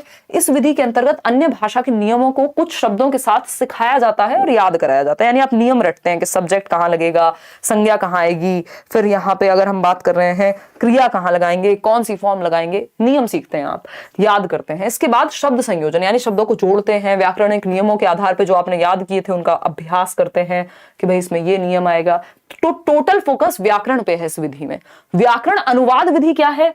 यह विधि 19वीं शताब्दी के अंत तक परंपरागत, यानी इसको ट्रेडिशनल मेथड भी कहते हैं, परंपरागत और मान्य विधि के रूप में प्रचलित रही। इसमें व्याकरण और अनुवाद दोनों विधियां जुड़ती हैं, यानी वहां पे सिर्फ व्याकरण पे फोकस था, यहां पे फोकस किस पे है? यहां पे फोकस है अनुवाद पे, ट्रांसलेशन पे। तो ये बहुत फेमस है। आपसे पूछा जाएगा कि कौन सी विधि है जो मातृभाषा का प्रयोग करके लक्ष्य भाषा को सिखाती है, तो आप कहेंगे व्याकरण अनुवाद विधि है। यानी आपकी किताब में अगर आप इंग्लिश सीख रहे हैं तो उसका अनुवाद हिंदी में भी साथ साथ है। तो इसमें क्या होता है? आपकी मातृभाषा, भाई आप मान लीजिए इंग्लिश सीख रहे हैं, इंग्लिश क्या है? टारगेट लैंग्वेज, लक्ष्य भाषा है, ठीक। मातृभाषा क्या है? हिंदी। तो अब यहां पे क्या है कि जो इंग्लिश सिखाते समय साथ में आपको ट्रांसलेट करते हुए चल रहे हैं हिंदी में, तो हिंदी में ट्रांसलेट कर रहे हैं, इसका मतलब मदर टंग का प्रयोग किया जा रहा है, मातृभाषा का भरपूर प्रयोग है जिससे आप समझ पाए। तो इसमें लेखन और पठन तो अच्छा हो जाता है, बट संप्रेषण कौशल आपका अच्छा नहीं हो पाता, है ना। आप लिटरेचर पढ़ लेंगे, साहित्य पढ़ लेंगे, आपको रूल्स पता होंगे, लिखना, पढ़ना, सुनना और जो बोलना है वो कमजोर रह जाता है बच्चे का, क्योंकि उसको नियम सारे पता है, वो पढ़ लेता है किताब, मीनिंग पता है, सारे नियम पता है, सब कुछ पता है मातृभाषा का, क्योंकि इसमें ट्रांसलेशन यानी अनुवाद होता है। लेकिन परंपरागत विधि है, लेकिन वो क्या नहीं कर पाता, बोलने में उसको दिक्कत होगी, कम्युनिकेशन उतनी स्ट्रांग नहीं होती, संप्रेषण उतना स्ट्रांग नहीं होता। दूसरी विधि जो बहुत महत्वपूर्ण है, ये व्याकरण अनुवाद विधि और प्रत्यक्ष विधि, ये दोनों बहुत महत्वपूर्ण है ना। ये पीडीएफ भी रात को ही आपको मिल जाएंगे। प्री एडमिट कार्ड आया था जो 24 जनवरी को मेरा एग्जाम दिखा रहा था, बट अभी हटा लिया, तो मैं मान के चलूं कि 29 को ही होगा एग्जाम। हाँ, मान के तो यही चलो जहीर, यही मान के चलो, इनसे हो गया होगा, और अगर कुछ गड़बड़ हुई होगी तो मानने में क्या जाता है, बाकी अगर कुछ चेंज होगा तो पता लग ही जाएगा पहले ही। प्रत्यक्ष विधि की अगर हम बात करते हैं, इसको अंग्रेजी में डायरेक्ट मेथड कहते हैं। अब तो हिंदी इंग्लिश अलग छोड़ी नहीं है इन्होंने, तो आपको ये पता होना चाहिए, ठीक है ना। अब तो नागराज, उसके लिए आपको ऑफिस चले जाइए, अगर आपका पेपर, आप पहले तो पेपर दे लीजिए, ऑफिस चले जाइए फिर और समय है कल का, तो पहले ऑफिस चले जाइए, मतलब सीबीएसई के। प्रत्यक्ष विधि की अगर हम बात करें, यानी हम बात करें किसकी, डायरेक्ट मेथड की, तो व्याकरण अनुवाद विधि की अनेक सीमाओं के कारण, यानी बहुत सारी सीमाएं थी, बच्चा बोलना नहीं सीख पा रहा था, सुन की भाषा नहीं समझता था, यहाँ पे इन्होंने क्या किया, डायरेक्ट सिखाएंगे। यानी वो कौन सी विधि है जिसमें मातृभाषा का प्रयोग वर्जित है, मातृभाषा के बिना प्रयोग के, उसको बिना यूज किए डायरेक्ट लैंग्वेज सिखाई जाती है। डायरेक्ट कौन सी भाषा, लक्ष्य भाषा सिखाई जाती है। यानी अगर अंग्रेजी सिखा रहे हैं तो अंग्रेजी के माध्यम से ही सिखाएंगे, किसी अंग्रेज टीचर को भी रख देंगे, है ना। या स्कूल में हिंदी अगर बोल दी तो 5 रुपए फाइन है, क्यों, क्योंकि डायरेक्ट मेथड का प्रयोग कर रहे हैं, इंग्लिश को इंग्लिश से ही सिखा रहे हैं, 4 दिन में अपने आप धीरे धीरे आ जाएगी, शुरुआत में तकलीफ होगी, तो इसके लिए टीचर बहुत प्रोफिशिएंट चाहिए, बेहतर चाहिए, ठीक है ना, पारंगत चाहिए। तो प्रत्यक्ष विधि क्या है, डायरेक्ट उसी भाषा से, लक्ष्य भाषा से ही लक्ष्य भाषा को सिखा रहे हैं, मातृभाषा का प्रयोग नहीं होता, तो इसमें उच्चारण और वार्तालाप जो है बेहतर हो जाता है। मौखिक वार्तालाप की विधि भी कह देते हैं इसे, और शिक्षार्थी की मातृभाषा की मध्यस्थता के बिना, यानी व्याकरण अनुवाद में क्या था, मातृभाषा को मध्यस्थ बनाते हैं, एक पुल की तरह यूज करते हैं मदर टंग को, और उसमें ट्रांसलेट कर करके, अनुवाद कर करके समझते हैं। जैसे कि हमने आज तक ग्रामर पढ़ा है, आप यूपी बोर्ड की कोई भी किताब उठा लीजिए, सब में ऐसे ही होता है। हम तो क्या पढ़ते थे, जब इंग्लिश पढ़ते थे तो हिंदी में मीनिंग लिखते थे, है ना, कि पीछे जो पार्ट के आपके लेसन के जो भी वर्ड मीनिंग होते थे तो उनको हिंदी में मीनिंग लिखते थे। फिर धीरे धीरे बड़े हुए, दिल्ली आए, हमने देखा यार हिंदी में मीनिंग नहीं देखना होता, इंग्लिश में देखना होता है। तो यहां पे मातृभाषा की मध्यस्थता के बिना, यानी अगर मुझे कोई मीनिंग देखना है किसी वर्ड का, तो मैं उसको इंग्लिश टू हिंदी सर्च नहीं करूंगी, मैं इंग्लिश टू इंग्लिश ही सर्च करूंगी, यानी मातृभाषा की मध्यस्थता नहीं है किसी बात को समझने में यहां। तो इतना हमें ध्यान रखना है, आगे बढ़ना है, चलते हैं। सम्मिश्रण विधि है, ये जोड़ जाड़ के सबको मिश्रण बना करके और एक शेक के रूप में आपके सामने प्रस्तुत करती है। इस विधि के अंतर्गत भाषा शिक्षण की प्रक्रिया के व्यावहारिक पक्षों का सम्मिश्रण है, यानी जो बिहेवियरल एस्पेक्ट्स हैं। और अगर हम बात करते हैं किसकी, सेकेंड पॉइंट की, तो इस सम्मिश्रण विधि में शिक्षक भाषा शिक्षण के विभिन्न उद्देश्यों के अनुरूप, यानी जो टीचिंग के ऑब्जेक्टिव्स हैं, मान लीजिए आप इंटरव्यू की तैयारी कर रहे हैं तो आप उस तरह से ही लैंग्वेज को सीखते हैं जिनकी आपको जरूरत पड़ेगी, ठीक है ना, उसी तरह से प्लान किया जाएगा, उसी तरह से जो भी आपका लक्ष्य है भाषा को सीखने का, उसी विधि का हम यहां पालन करते हैं। कि भाई आप मान लीजिए किसी एक इंटरव्यू के लिए तैयारी कर रहे हैं तो उस तरह पे वहां पे जो जरूरी मेथड होगा उसको अपनाएंगे। अगर आप कहीं ऐसे राइटिंग की प्रैक्टिस कर रहे हैं तो उसको अपनाएंगे, तो जो जरूरी हो, एक्लेक्टिक मेथड कह देते हैं इसको। संप्रेषण विधि क्या है, communication teaching, communicative language teaching, CLT बोलते हैं, बहुत ही बढ़िया है, नेचुरल विधि है एकदम। प्रत्यक्ष विधि की प्रक्रिया को और सुदृढ़ बनाते हुए संप्रेषण परक विधि का विकास हुआ, क्योंकि इसमें कम्युनिकेशन, बच्चा थोड़ा बहुत गलत भी बोले तो चलेगा इस मेथड में, क्योंकि बोलने पे फोकस है, उसके अभिव्यक्ति पे फोकस है, उसके एक्सप्रेशन पे फोकस है कि बच्चा अपने आप को एक्सप्रेस तो करे कम से कम, ठीक है ना। फिर आते हैं भाषा प्रयोग, यानी यहां भरपूर मौका दिया जाता है यूज का। हम लोगों क्या है, हमने व्याकरण पढ़ ली, मतलब इंग्लिश ग्रामर भी पढ़ ली मान लीजिए, तो मौका नहीं मिला बोलने का। बोले किससे, कुत्ते से बात करें अंग्रेजी में, है ना, उसको वैसी सांकेतिक भाषा आती है, वो तो साइन लैंग्वेज से समझता है। अब घर में बाकी किसी को बोलो, दोस्तों को बोलो, वो अलग मजाक उड़ाएंगे, यार अंग्रेज हो रहे हो यार तुम तो, ठीक। तो भाषा प्रयोग का अवसर मिलता है यहाँ भाषा प्रयोग का अवसर मिलता है। सीखने में ही भाषा की संरचना सीखना है, यानी आप ग्रामर अपने आप सीख जाते हैं ऑटोमेटिकली। भाई हम देखते थे ना, जैसे मेरी सिस्टर है, उन्होंने अंग्रेजी माध्यम में पढ़ाई की है बचपन से ही, तो ग्रामर एज सच बहुत टिपिकल ग्रामर उन्होंने कभी नहीं पढ़ी, बट इंग्लिश में उनके नंबर हमेशा बेहतर आते हैं, चाहे वो कोई भी कॉम्पिटिटिव एग्जाम हो या कुछ हो, क्योंकि वो सेंस से सीख जाते हैं इस तरह के लोग। ऐसे मेरा एक फ्रेंड था, वो ME मतलब होता है CGL के थ्रू होता है ME, तो उसके पता नहीं 195 या पता नहीं कितने नंबर आए थे, और अलग से व्याकरण उसने नहीं पढ़ी थी कभी। तो ऐसे ऐसे खतरनाक लोग हैं, क्यों, क्योंकि कम्युनिकेटिव लैंग्वेज टीचिंग से सीख लिया है। तो भाषा प्रयोग सीखने में ही भाषा की संरचना है। अब किताबें पढ़ी हैं बचपन से, स्टोरीज देखी है, मूवीज देखी है, तो वो सेट हो जाता है दिमाग में, ठीक है ना। क्लियर बात है। अच्छा, सुमन जी खाना आप समय से खा लीजिए, बहुत दिक्कत में है यहाँ पे विनोद व्लॉग्स, पढ़ाई कर लीजिए और साथ में। ठीक, चलिए आते हैं। तो भाषा प्रयोग सीखने में भाषा की संरचना, यानी जब बच्चा लैंग्वेज को यूज करना सीख जाएगा तो वो नियम अपने आप सीख जाता है ना। चाहे वो कहानी ही पढ़ रहा हो, कोई नॉवल ही पढ़ रहा हो, लेकिन वो यूज करना सीख रहा है, यानी बोल करके प्रयोग में ला करके भाषा को सीखना। ठीक है ना। अब आते हैं आगमन विधि पे। आगमन मतलब इंडक्टिव मेथड, उदाहरण से नियम की ओर, उदाहरण से नियम की ओर। एग्जाम्पल टू रूल, विशिष्ट यानी स्पेसिफिक। देखिएगा एग्जाम्पल स्पेसिफिक होता है, जब मैं बात हिमांशी की करूंगी तो ये स्पेसिफिक हो गया, जब मैं बात सभी लड़कियों की कर रही हूं तो वो सामान्य हो गया। तो विशिष्ट से सामान्य जाते हैं यहाँ, ठीक है ना। उदाहरण यानी एग्जाम्पल टू रूल जाते हैं आगमन में। निगमन की जब हम बात करते हैं डिडक्टिव मेथड की, तो नियम से उदाहरण की ओर, यानी पहले नियम बताया जाएगा आपको। जैसे व्याकरण पढ़ाते समय कई बार निगमन विधि का प्रयोग करते हैं कि आपको संज्ञा का नियम बता दिया गया, बाद में उदाहरण प्रैक्टिस कर रहे हैं। गणित में भी इसका काफी प्रयोग होता है। सामान्य से विशिष्ट यानी जनरल टू स्पेसिफिक, पहले नियम हमेशा सामान्य होगा, फिर विशिष्ट उसके उदाहरण होंगे। क्लियर है बात। शिक्षण एक त्रिआयामी प्रक्रिया है, ये हमें पता है। जॉन डुई ने कहा है, एक त्रिकोण के एक सिरे पे है टीचर, दूसरी ओर है अध्यापक और तीसरी ओर है विषय वस्तु या वातावरण। क्लियर है ये बात, जॉन डुई। अगर हम बात करें दो द्विध्रुवीय की, तो वो दिया है किसने, एडम्स ने, जिन्होंने एक तरफ टीचर को रखा, दूसरी तरफ बच्चे को रखा। लेकिन जॉन डुई ने कहा इसमें एनवायरमेंट या कंटेंट या करिकुलम भी महत्वपूर्ण है। ठीक, शिक्षण सूत्र की बात कर लेते हैं। बच्चे को आपको ज्ञात से अज्ञात की ओर ले जाना होता है, यानी जो वो पहले से जानता है, जो पूर्व ज्ञान है, उससे नवीन ज्ञान को जोड़ना होता है। उससे भाई नींव पे ही तो बिल्डिंग बनाएंगे या ऐसे ही बिल्डिंग खड़ी कर देंगे।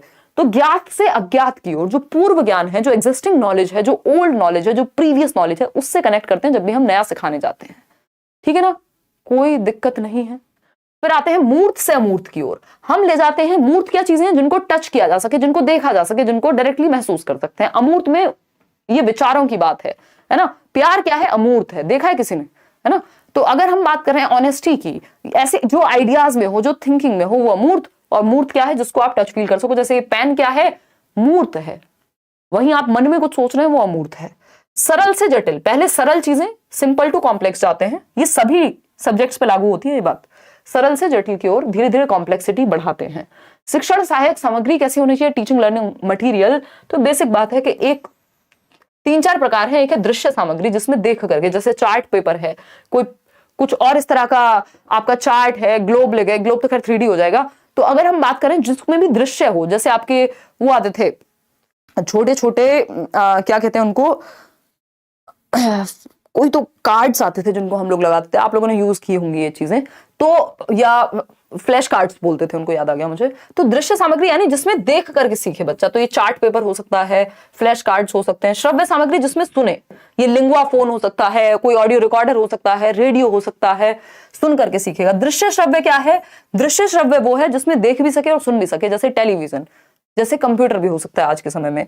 क्रिया सहायक सामग्री यानी जिसमें बच्चा एक्टिविटी भी कर पाए, कुछ फील्ड ट्रिप पे ले गए आप बच्चे को, क्रिया सहायक है, इसमें बच्चा सक्रिय है। ठीक, तो आपको फोकस करना है। मान लीजिए किसी बच्चे को देखने में समस्या है, तो आप उसके लिए श्रव्य सामग्री का प्रयोग करते हैं, या फिर आप उसके लिए क्रिया सहायक सामग्री जिसमें टच और फील दोनों किया जा सके।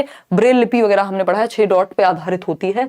ठीक, श्रव्य सामग्री। अब जिसको सुनने में दिक्कत है उसके लिए दृश्य सामग्री। नॉर्मली आप दृश्य श्रव्य दोनों का प्रयोग करते हैं ताकि हर तरह के बच्चे को सिखाया जा सके।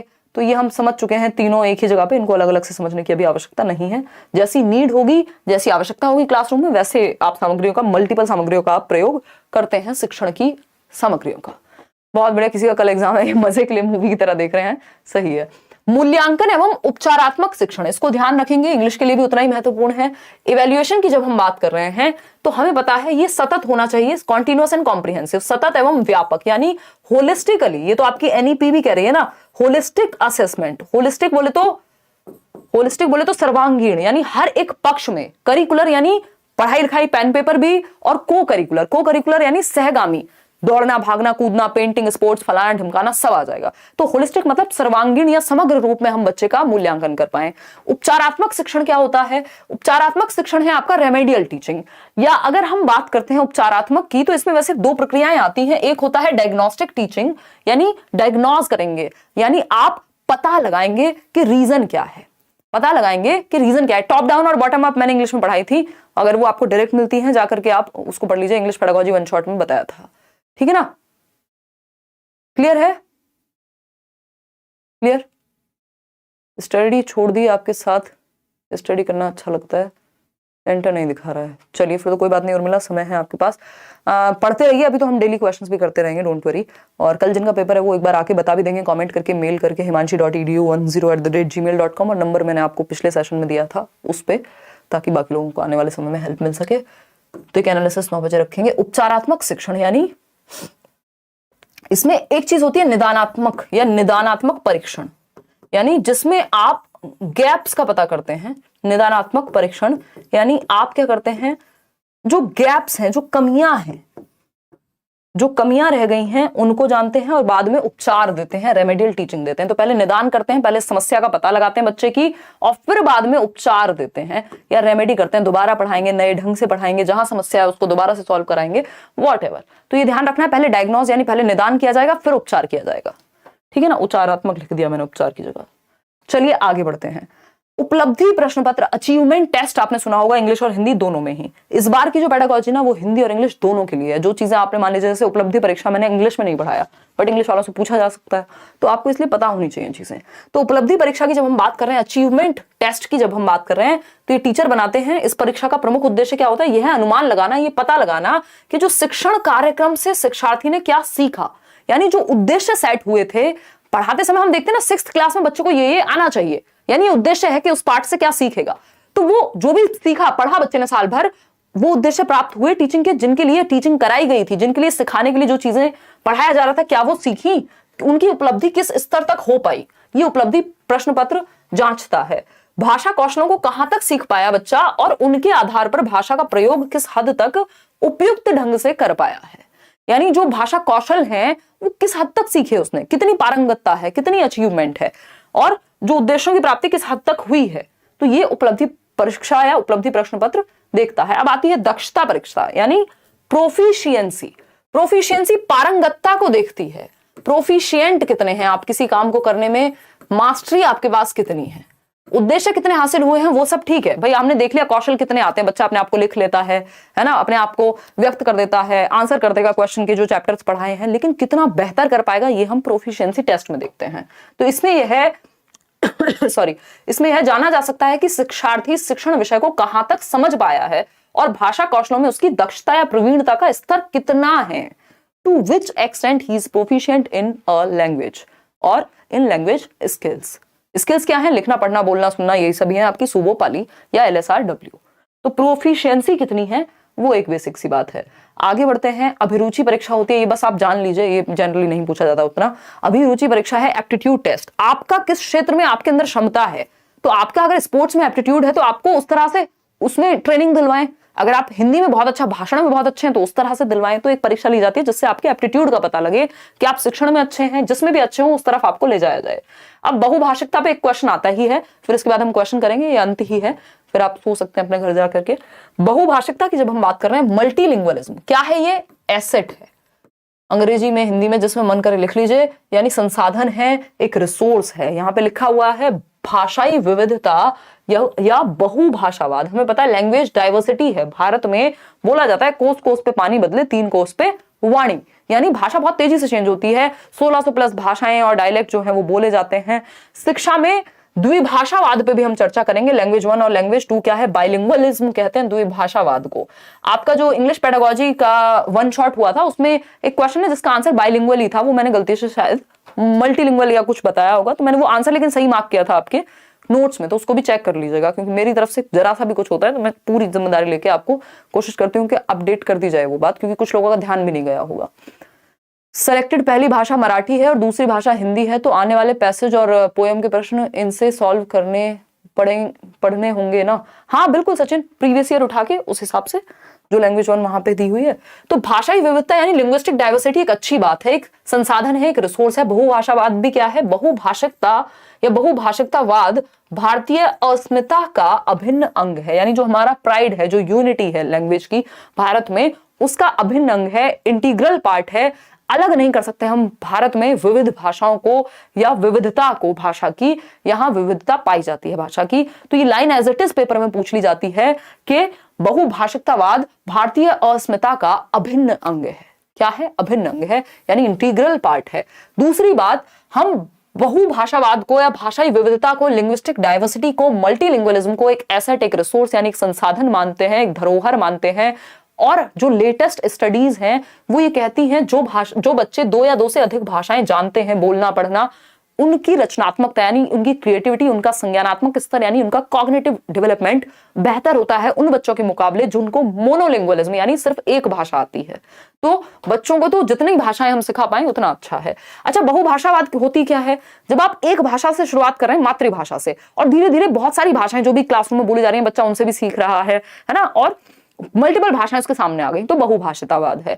जब आप मातृभाषा से शुरू करके लैंग्वेज 2 यानी जो भी स्कूल की भाषा है उसको सीख रहे हैं, तो जब टीचर आपको इनपुट देने लगे लैंग्वेज 2 में, शुरुआत कराए लैंग्वेज 1 से, तो वो द्विभाषावाद है। जब कई भाषाओं की बात होगी तो बहुभाषिकतावाद, और जब सिर्फ एक से दूसरी भाषा में जाने की बात होगी तो द्विभाषिकतावाद।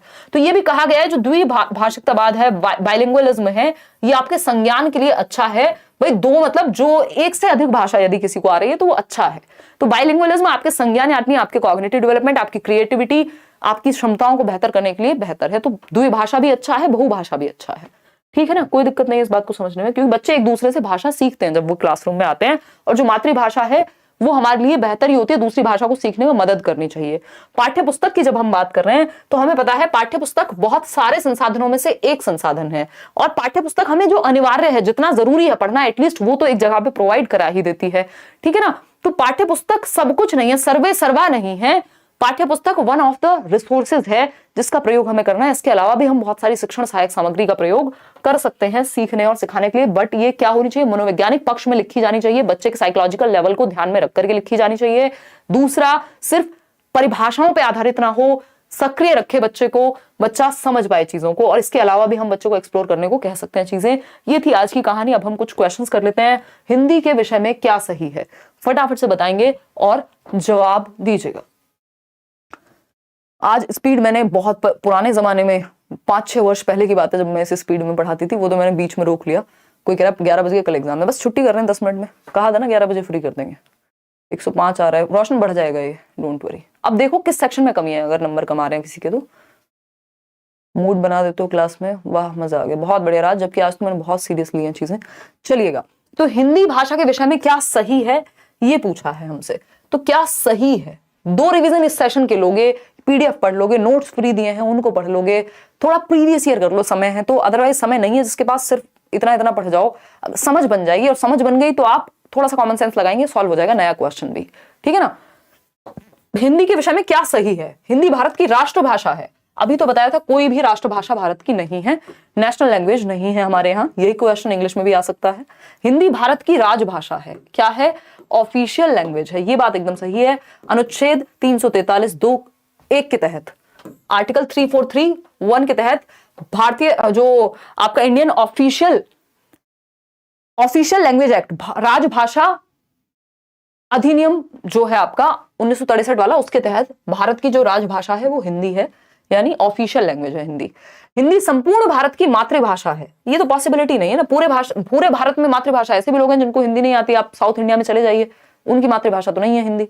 ठीक है ना, तो कोई दिक्कत नहीं, ज्यादा आएगा पवन वहां पे। और अपने सेक्शन, जिस सेक्शन में कमजोर नंबर कम आ रहे हैं उसको बेहतर करो। इंग्लिश मीडियम के नोट्स और हिंदी मीडियम के नोट्स, मैथ्स पेडागोजी के, इंग्लिश के, ईवीएस के, ये रात को अभी भेज दूंगी मैं सेशन खत्म होते ही। ठीक, नोट्स ऐसे हैं कि आप सारे नोट्स पढ़ लोगे ना, एक दिन में 3-4 घंटे में पढ़ लोगे सारे नोट्स, और अगर जिसने पहले से पढ़ रखे हैं वो तो फटाफट से रिवाइज कर देगा। इनमें से कोई नहीं, B option is the right answer. आगे बढ़ते हैं, क्वेश्चन नंबर 2 देखिएगा। त्रिभाषा सूत्र सर्वप्रथम किसके द्वारा सुझाया गया? अब यहां पे इस बार ये भी क्वेश्चन था इंग्लिश में कि जो वो हमारी भारत की जो पॉलिसी है, कौन सी इंडियन पॉलिसी है जो 3 लैंग्वेज फॉर्मूला की बात करती है, तो आपको पता होना चाहिए या हमारे यहाँ कौन सा एक नियम है, कौन सी पॉलिसी है जो लैंग्वेज की बात करे, तो वो त्रिभाषा सूत्र यानी 3 लैंग्वेज फॉर्मूला है, जो कोठारी आयोग में सुझाव जिसका आया था 1964-66 में। इसको फिर आगे एनईपी 1986 में भी रखा, 1992 में भी रखा, और अभी भी जो नई एजुकेशन पॉलिसी है 2020 वाली, वो भी इसको समाहित करती है। तो ये कोठारी आयोग में सबसे पहले इसकी बात हुई थी। इसमें क्या है, पहले मातृभाषा बच्चे को, फिर इंग्लिश, अगर मातृभाषा इंग्लिश नहीं है तो मातृभाषा इंग्लिश या कोई मॉडर्न इंडियन लैंग्वेज, और थर्ड भी क्या है, अगर इंग्लिश सेकंड पे पढ़ा दिया तो थर्ड पे कोई भी मॉडर्न इंडियन लैंग्वेज, जो 22 भाषाएं हैं। निम्न में से कौन सा कथन सही है? फटाफट से बताएंगे कौन सा कथन सही है। भाषा अर्जन एक सहज प्रक्रिया है, यानी लैंग्वेज एक्विजिशन, अर्जन मतलब अर्जित करना, अर्जित करना हमेशा क्या होता है? सहज होता है। ठीक। भाषा अधिगम, अधिगम में एफर्ट लगता है, सीखने में एक प्रयास लगता है, प्रयासपूर्ण है। दोनों ही बातें सही है, तो ए व बी दोनों सही हैं, बोथ सही हैं। ठीक, आगे बढ़ते हैं। क्वेश्चन नंबर 4 देखिएगा, प्राथमिक स्तर पर हिंदी भाषा सिखाने के लिए सबसे अधिक जरूरी क्या है? प्राइमरी लेवल पे देखिएगा, भाषा शिक्षण का भाषा ज्ञान, भाषा शिक्षक होगा ये मेरे ख्याल में, या भाषा शिक्षण यानी पढ़ाने का तरीका, कक्षा में रंगीन पाठ्य पुस्तकें, कक्षा में प्रिंट समृद्ध परिवेश, या कक्षा में लिखित आकलन। ध्यान रखिएगा, प्रिंट रिच एनवायरनमेंट, या लैंग्वेज को सीखने में एनवायरनमेंट का रोल सबसे ज्यादा होता है। आप क्लास में गए हुए हैं, यहाँ पे एक चार्ट लगा हुआ है, यहाँ पे कुछ लगा हुआ है, गेट पे कुछ और बना हुआ है, कोई कहानी कविता प्रिंट कराई हुई है, तो प्रिंट रिच एनवायरनमेंट बहुत अच्छा होता है लैंग्वेज के लिए, चाहे वो हिंदी हो चाहे इंग्लिश हो। तो समृद्ध परिवेश, कॉन्ड्यूसिव, बेहतर, एनरिच्ड एनवायरनमेंट। क्वेश्चन नंबर 5 देखिए, बच्चे बोलचाल की भाषा का अनुभव लेकर विद्यालय आते हैं, इसका निहितार्थ है, यानी बच्चे जो हैं वो बोलचाल की भाषा का अनुभव उनको होता है जब वो स्कूल में आते हैं, इसका मतलब क्या है ये पूछा है। बच्चे बोलचाल की भाषा का अनुभव लेकर, यानी इतनी उनको बोलचाल की भाषा आती है जब वो स्कूल में आते हैं, अपने बात को कह सकते हैं। तो बच्चों को बोलचाल की भाषा न सिखाई जाए, इसका मतलब ये थोड़ी कि अब भाषा और बेहतर नहीं सिखा सकते। ठीक, इसका ये मतलब बिल्कुल नहीं है। बच्चों की बोलचाल की भाषा को सुधारा जाए, बच्चों के भाषाई अनुभवों का उचित प्रयोग। भाई बच्चा जो भी अनुभव घर से लेके आता है, ज्ञात से अज्ञात की ओर जाते हैं हम, यानी नोन टू अननोन जाते हैं, तो जो भी बच्चा जानता है उसका तो उचित प्रयोग करना है ना, वो तो आपके लिए एक टूल हो गया जिसका आप प्रयोग करके उसको बाकी चीजें सिखाएंगे। उसकी प्रीवियस नॉलेज जो भी बच्चा घर से लेके आता है वो सारे अनुभव प्रयोग में लाने, उनका उचित प्रयोग करना है। ऐसा नहीं है कि अनुभवों, बच्चों के भाषा अनुभवों को कक्षा के बाहर रखा जाए। क्यों भाई, रोबोट थोड़ी है। क्वेश्चन नंबर 6 देखिए, भाषा सीखने सिखाने में आप किसे सबसे अधिक महत्वपूर्ण मानते हैं?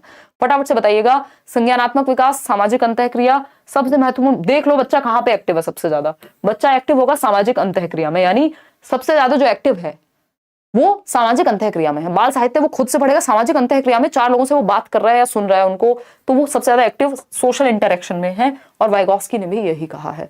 क्वेश्चन नंबर 7 देखिए, वाइगॉस्की ने भाषा विकास का परिप्रेक्ष्य प्रस्तुत किया है। व्यवहारवादी, समाज, सामाजिक, सांस्कृतिक, क्या आपको पता है वाइगॉस्की क्या है? सोशियो कंस्ट्रक्टिविस्ट हैं। पियाजे रेडिकल कंस्ट्रक्टिविस्ट है, यानी दोनों, इन्होंने सामाजिक संरचनावादी, सामाजिक सांस्कृतिक परिप्रेक्ष्य, सोशियो कल्चरल अप्रोच कि समाज और संस्कृति से हम भाषा सीखते हैं और हमारे संज्ञान का विकास होता है। संज्ञानवादी नहीं है, कॉग्निटिविस्ट नहीं है, सोशियो कंस्ट्रक्टिविस्ट हैं, यानी सामाजिक रचनावादी हैं। क्वेश्चन नंबर 8 देखिएगा, भाषा अर्जित करने के संदर्भ में कौन सा कथन उचित नहीं है? यह एक सह प्रक्रिया है, स्वाभाविक प्रक्रिया है, बच्चे भाषा के नियमों को आत्मसात करते हैं, बच्चों को नियम बनाना सिखाया जाता है। यह एक सह प्रक्रिया है। बताइए, अर्जित करने के संदर्भ में देखो ये क्या है? ये नियम बनाना नहीं सिखाया जाता। घर पे आपको नियम बनाना सिखाते हैं जब आप बोलना सीखते हैं, नहीं, सहज प्रक्रिया है, आत्मसात कर लेते हैं, अपने आप से नियम भर जाते हैं आपके अंदर, है ना। तो ये सहज होगा, ये सहज नहीं होगा, सह नहीं होगा, सहज होगा। तो लास्ट वाला ही गलत था। सिर्फ भाषा सीखने और भाषा अर्जित करने में मुख्य अंतर का आधार, यानी लैंग्वेज लर्निंग और एक्विजिशन में मेन डिफरेंस क्या है ये पूछा है। पुस्तकें मैंने आपको बताया है, बहुत बार बताया, हिंदी इंग्लिश दोनों में आता है। लिखना, परिवेश, मुख्य अंतर है परिवेश। अगर आपको एनवायरमेंट मिल गया तो उसी भाषा को आप अर्जित कर लेते, उसी को आप एक्वायर कर लेते। सारा खेल एनवायरमेंट का है। अगर आप अमेरिका में रहते, आपके आसपास अंग्रेजी भी बोली जाती, तो आप हिंदी भी अर्जित कर लेते और इंग्लिश भी एक्वायर कर लेते, अर्जित कर लेते। तो उपलब्ध परिवेश का अंतर है, ये सारी चीजें, मेन डिफरेंस नहीं है। आगे बढ़ते हैं क्वेश्चन नंबर 10 पर। भाषा सीखने के कौशलों का सही क्रम है, यानी सही क्रम क्या है भाषा सीखने के कौशल यानी लैंग्वेज स्किल्स का? सुबोपाली, LSRW। ठीक, पढ़ना लिखना, भाई सुनना, सुबोपाली, सुनना, बोलना, पढ़ना और लिखना। तो ये सही क्रम है, ये मनोवैज्ञानिक क्रम है, एकदम सही क्रम है। लेकिन सिर्फ क्रम में ही सिखाए इसी क्रम में जाने चाहिए, लेकिन सिर्फ क्रम में ही सीखे जाते हैं वो कहना गलत होगा, क्योंकि क्रम इधर उधर भी हो सकता है। लेकिन क्रम जो सही क्रम है, मनोवैज्ञानिक क्रम है, वो D ही है। सुनना, बोलना, पढ़ना, लिखना। श्रवण कौशल को सीखने के चरणों का सही क्रम है, यानी आप श्रवण कौशल समझ रहे हो ना, लिसनिंग स्किल्स। सही क्रम क्या है? ध्वनियों का कानों तक पढ़ना, प्रयोग, अर्थग्रहण, अर्थग्रहण, ध्वनियों का कानों तक पढ़ना, प्रयोग, ध्वनियों का कानों तक पढ़ना, ध्वनि का कानों तक पढ़ना, अर्थग्रहण और प्रयोग करना। जो मन करे आप बता दीजिए फटाफट से। क्या होगा? D option. भाई पहले ध्वनि कानों तक जाती है, अर्थग्रहण करते हैं और फिर प्रयोग कर पाते हैं, ठीक है ना। पहले प्रयोग कैसे कर लोगे? तो D ऑप्शन। क्वेश्चन नंबर 12 देखिएगा, लेखन कौशल, ये लास्ट क्वेश्चन है, लेखन कौशल से संबंधित दोष है, लिखने से संबंधित विकार या प्रॉब्लम या डिसेबिलिटी। तो डिस्ग्राफिया है, डिस्कैल्कुलिया है, अफेजिया है, डिस्फेजिया। लिखना, लिखना हमेशा ग्राफ से संबंधित होता है, कैलकुलिया तो गणित से संबंधित होगा, कैलकुलेशन से। अफेजिया समझने से संबंधित है, डिस्फेजिया अगेन समझने से ही संबंधित है, ठीक। तो ये डिस्ग्राफिया है, किससे? डिस्ग्राफिया है। तो आउट ऑफ 12 कितने ठीक हुए वो आप बता दीजिएगा। ऑल द बेस्ट, इनका कल पेपर है, घबराना आपने नहीं है। आपने इतनी ऑनलाइन वीडियोस देखी हैं, आप ऑनलाइन स्क्रीन पे पेपर देख के अब नहीं घबराएंगे। अपना ज्यादा ज्ञान किसी से लेना नहीं है, कोई ज्ञान दे पेपर में आसपास करे, भाई मेरे से अपना नहीं समझ रहा, बाद में बात करेंगे पेपर के बाद, अभी मैं आपको नहीं जानता या जानती, ठीक है ना, और जानना भी नहीं चाहता। चाहे आप लेट्स लर्न से पढ़ते हो, चाहे आप दुनिया के किसी कोने से पढ़ते हो, बाकी बातें बाद में करेंगे, पहले पेपर दे लेता हूँ या दे लेती हूँ, ठीक। तो बहुत ज़्यादा चर्चाओं में एंग्शियस नहीं हो जाना है, नॉर्मल रखना है अपने आप को। और पेपर आपके सामने ही, वहीं पे आंसर है, आपको खुद से नहीं बनाना आंसर, बस पहचानना है आपको, और वो पहचान लोगे आप यदि इतनी पढ़ाई आपने कर ली है, नोट्स पढ़ लिए हैं, ये मैराथन्स देख लिए हैं, है ना, तो आप बेहतर ही करेंगे। घबराना नहीं है आपने। Again 12 out of 12, 11 out of 12, बहुत बढ़िया। चलिए आज के लिए इतना ही रखते हैं, कल मिलेंगे। कल एक तो एनालिसिस करेंगे, जिनका भी पेपर है, मैंने नंबर आपको बताया, वो उस नंबर पे व्हाट्सएप कर देंगे, लास्ट वीडियो में बताया, एक बार देख लेना, नहीं तो मेल कर देना, नहीं तो कमेंट में आके बता देना कि जो जो क्वेश्चन आपको याद रह जाए। और परसों हम मैथ्स पेडागोजी जहां तक है वन शॉट करेंगे, और नोट्स वगैरह आपको मिल गए हैं सारे। ऑल द बेस्ट, बहुत पढ़ाई हमने कर ली है, इनफ है इतनी पढ़ाई, सीटेट के लिए जरूरत से ज्यादा पढ़ाया है इस बार हमने, है ना। ध्यान रखिएगा, टेक केयर, बाय। बस समझ के, क्वेश्चन पढ़ते समय समझ जरूर लेना, पूरा क्वेश्चन अगर नहीं पढ़ा, पूरे आंसर्स या ऑप्शंस आपने नहीं पढ़े, सिर्फ नेगेटिव पॉजिटिव देख के आंसर मार्क कर दिया, गड़बड़ हो जाएगी, है ना। बाकी ऑप्शंस भी पढ़ने हैं, जो बेस्ट है वही ऑप्शन सही है, जिसमें बच्चा ज्यादा एक्टिव है वही ऑप्शन सही है, बस बशर्ते नहीं ना लिखा हो। और किन बातों का ध्यान रखेंगे मैंने आपको बता दी हैं चीजें। चलिए ध्यान रखते हैं, गुड नाइट, मतलब ध्यान रखिए अपना, ऑल द बेस्ट, कल मिलेंगे।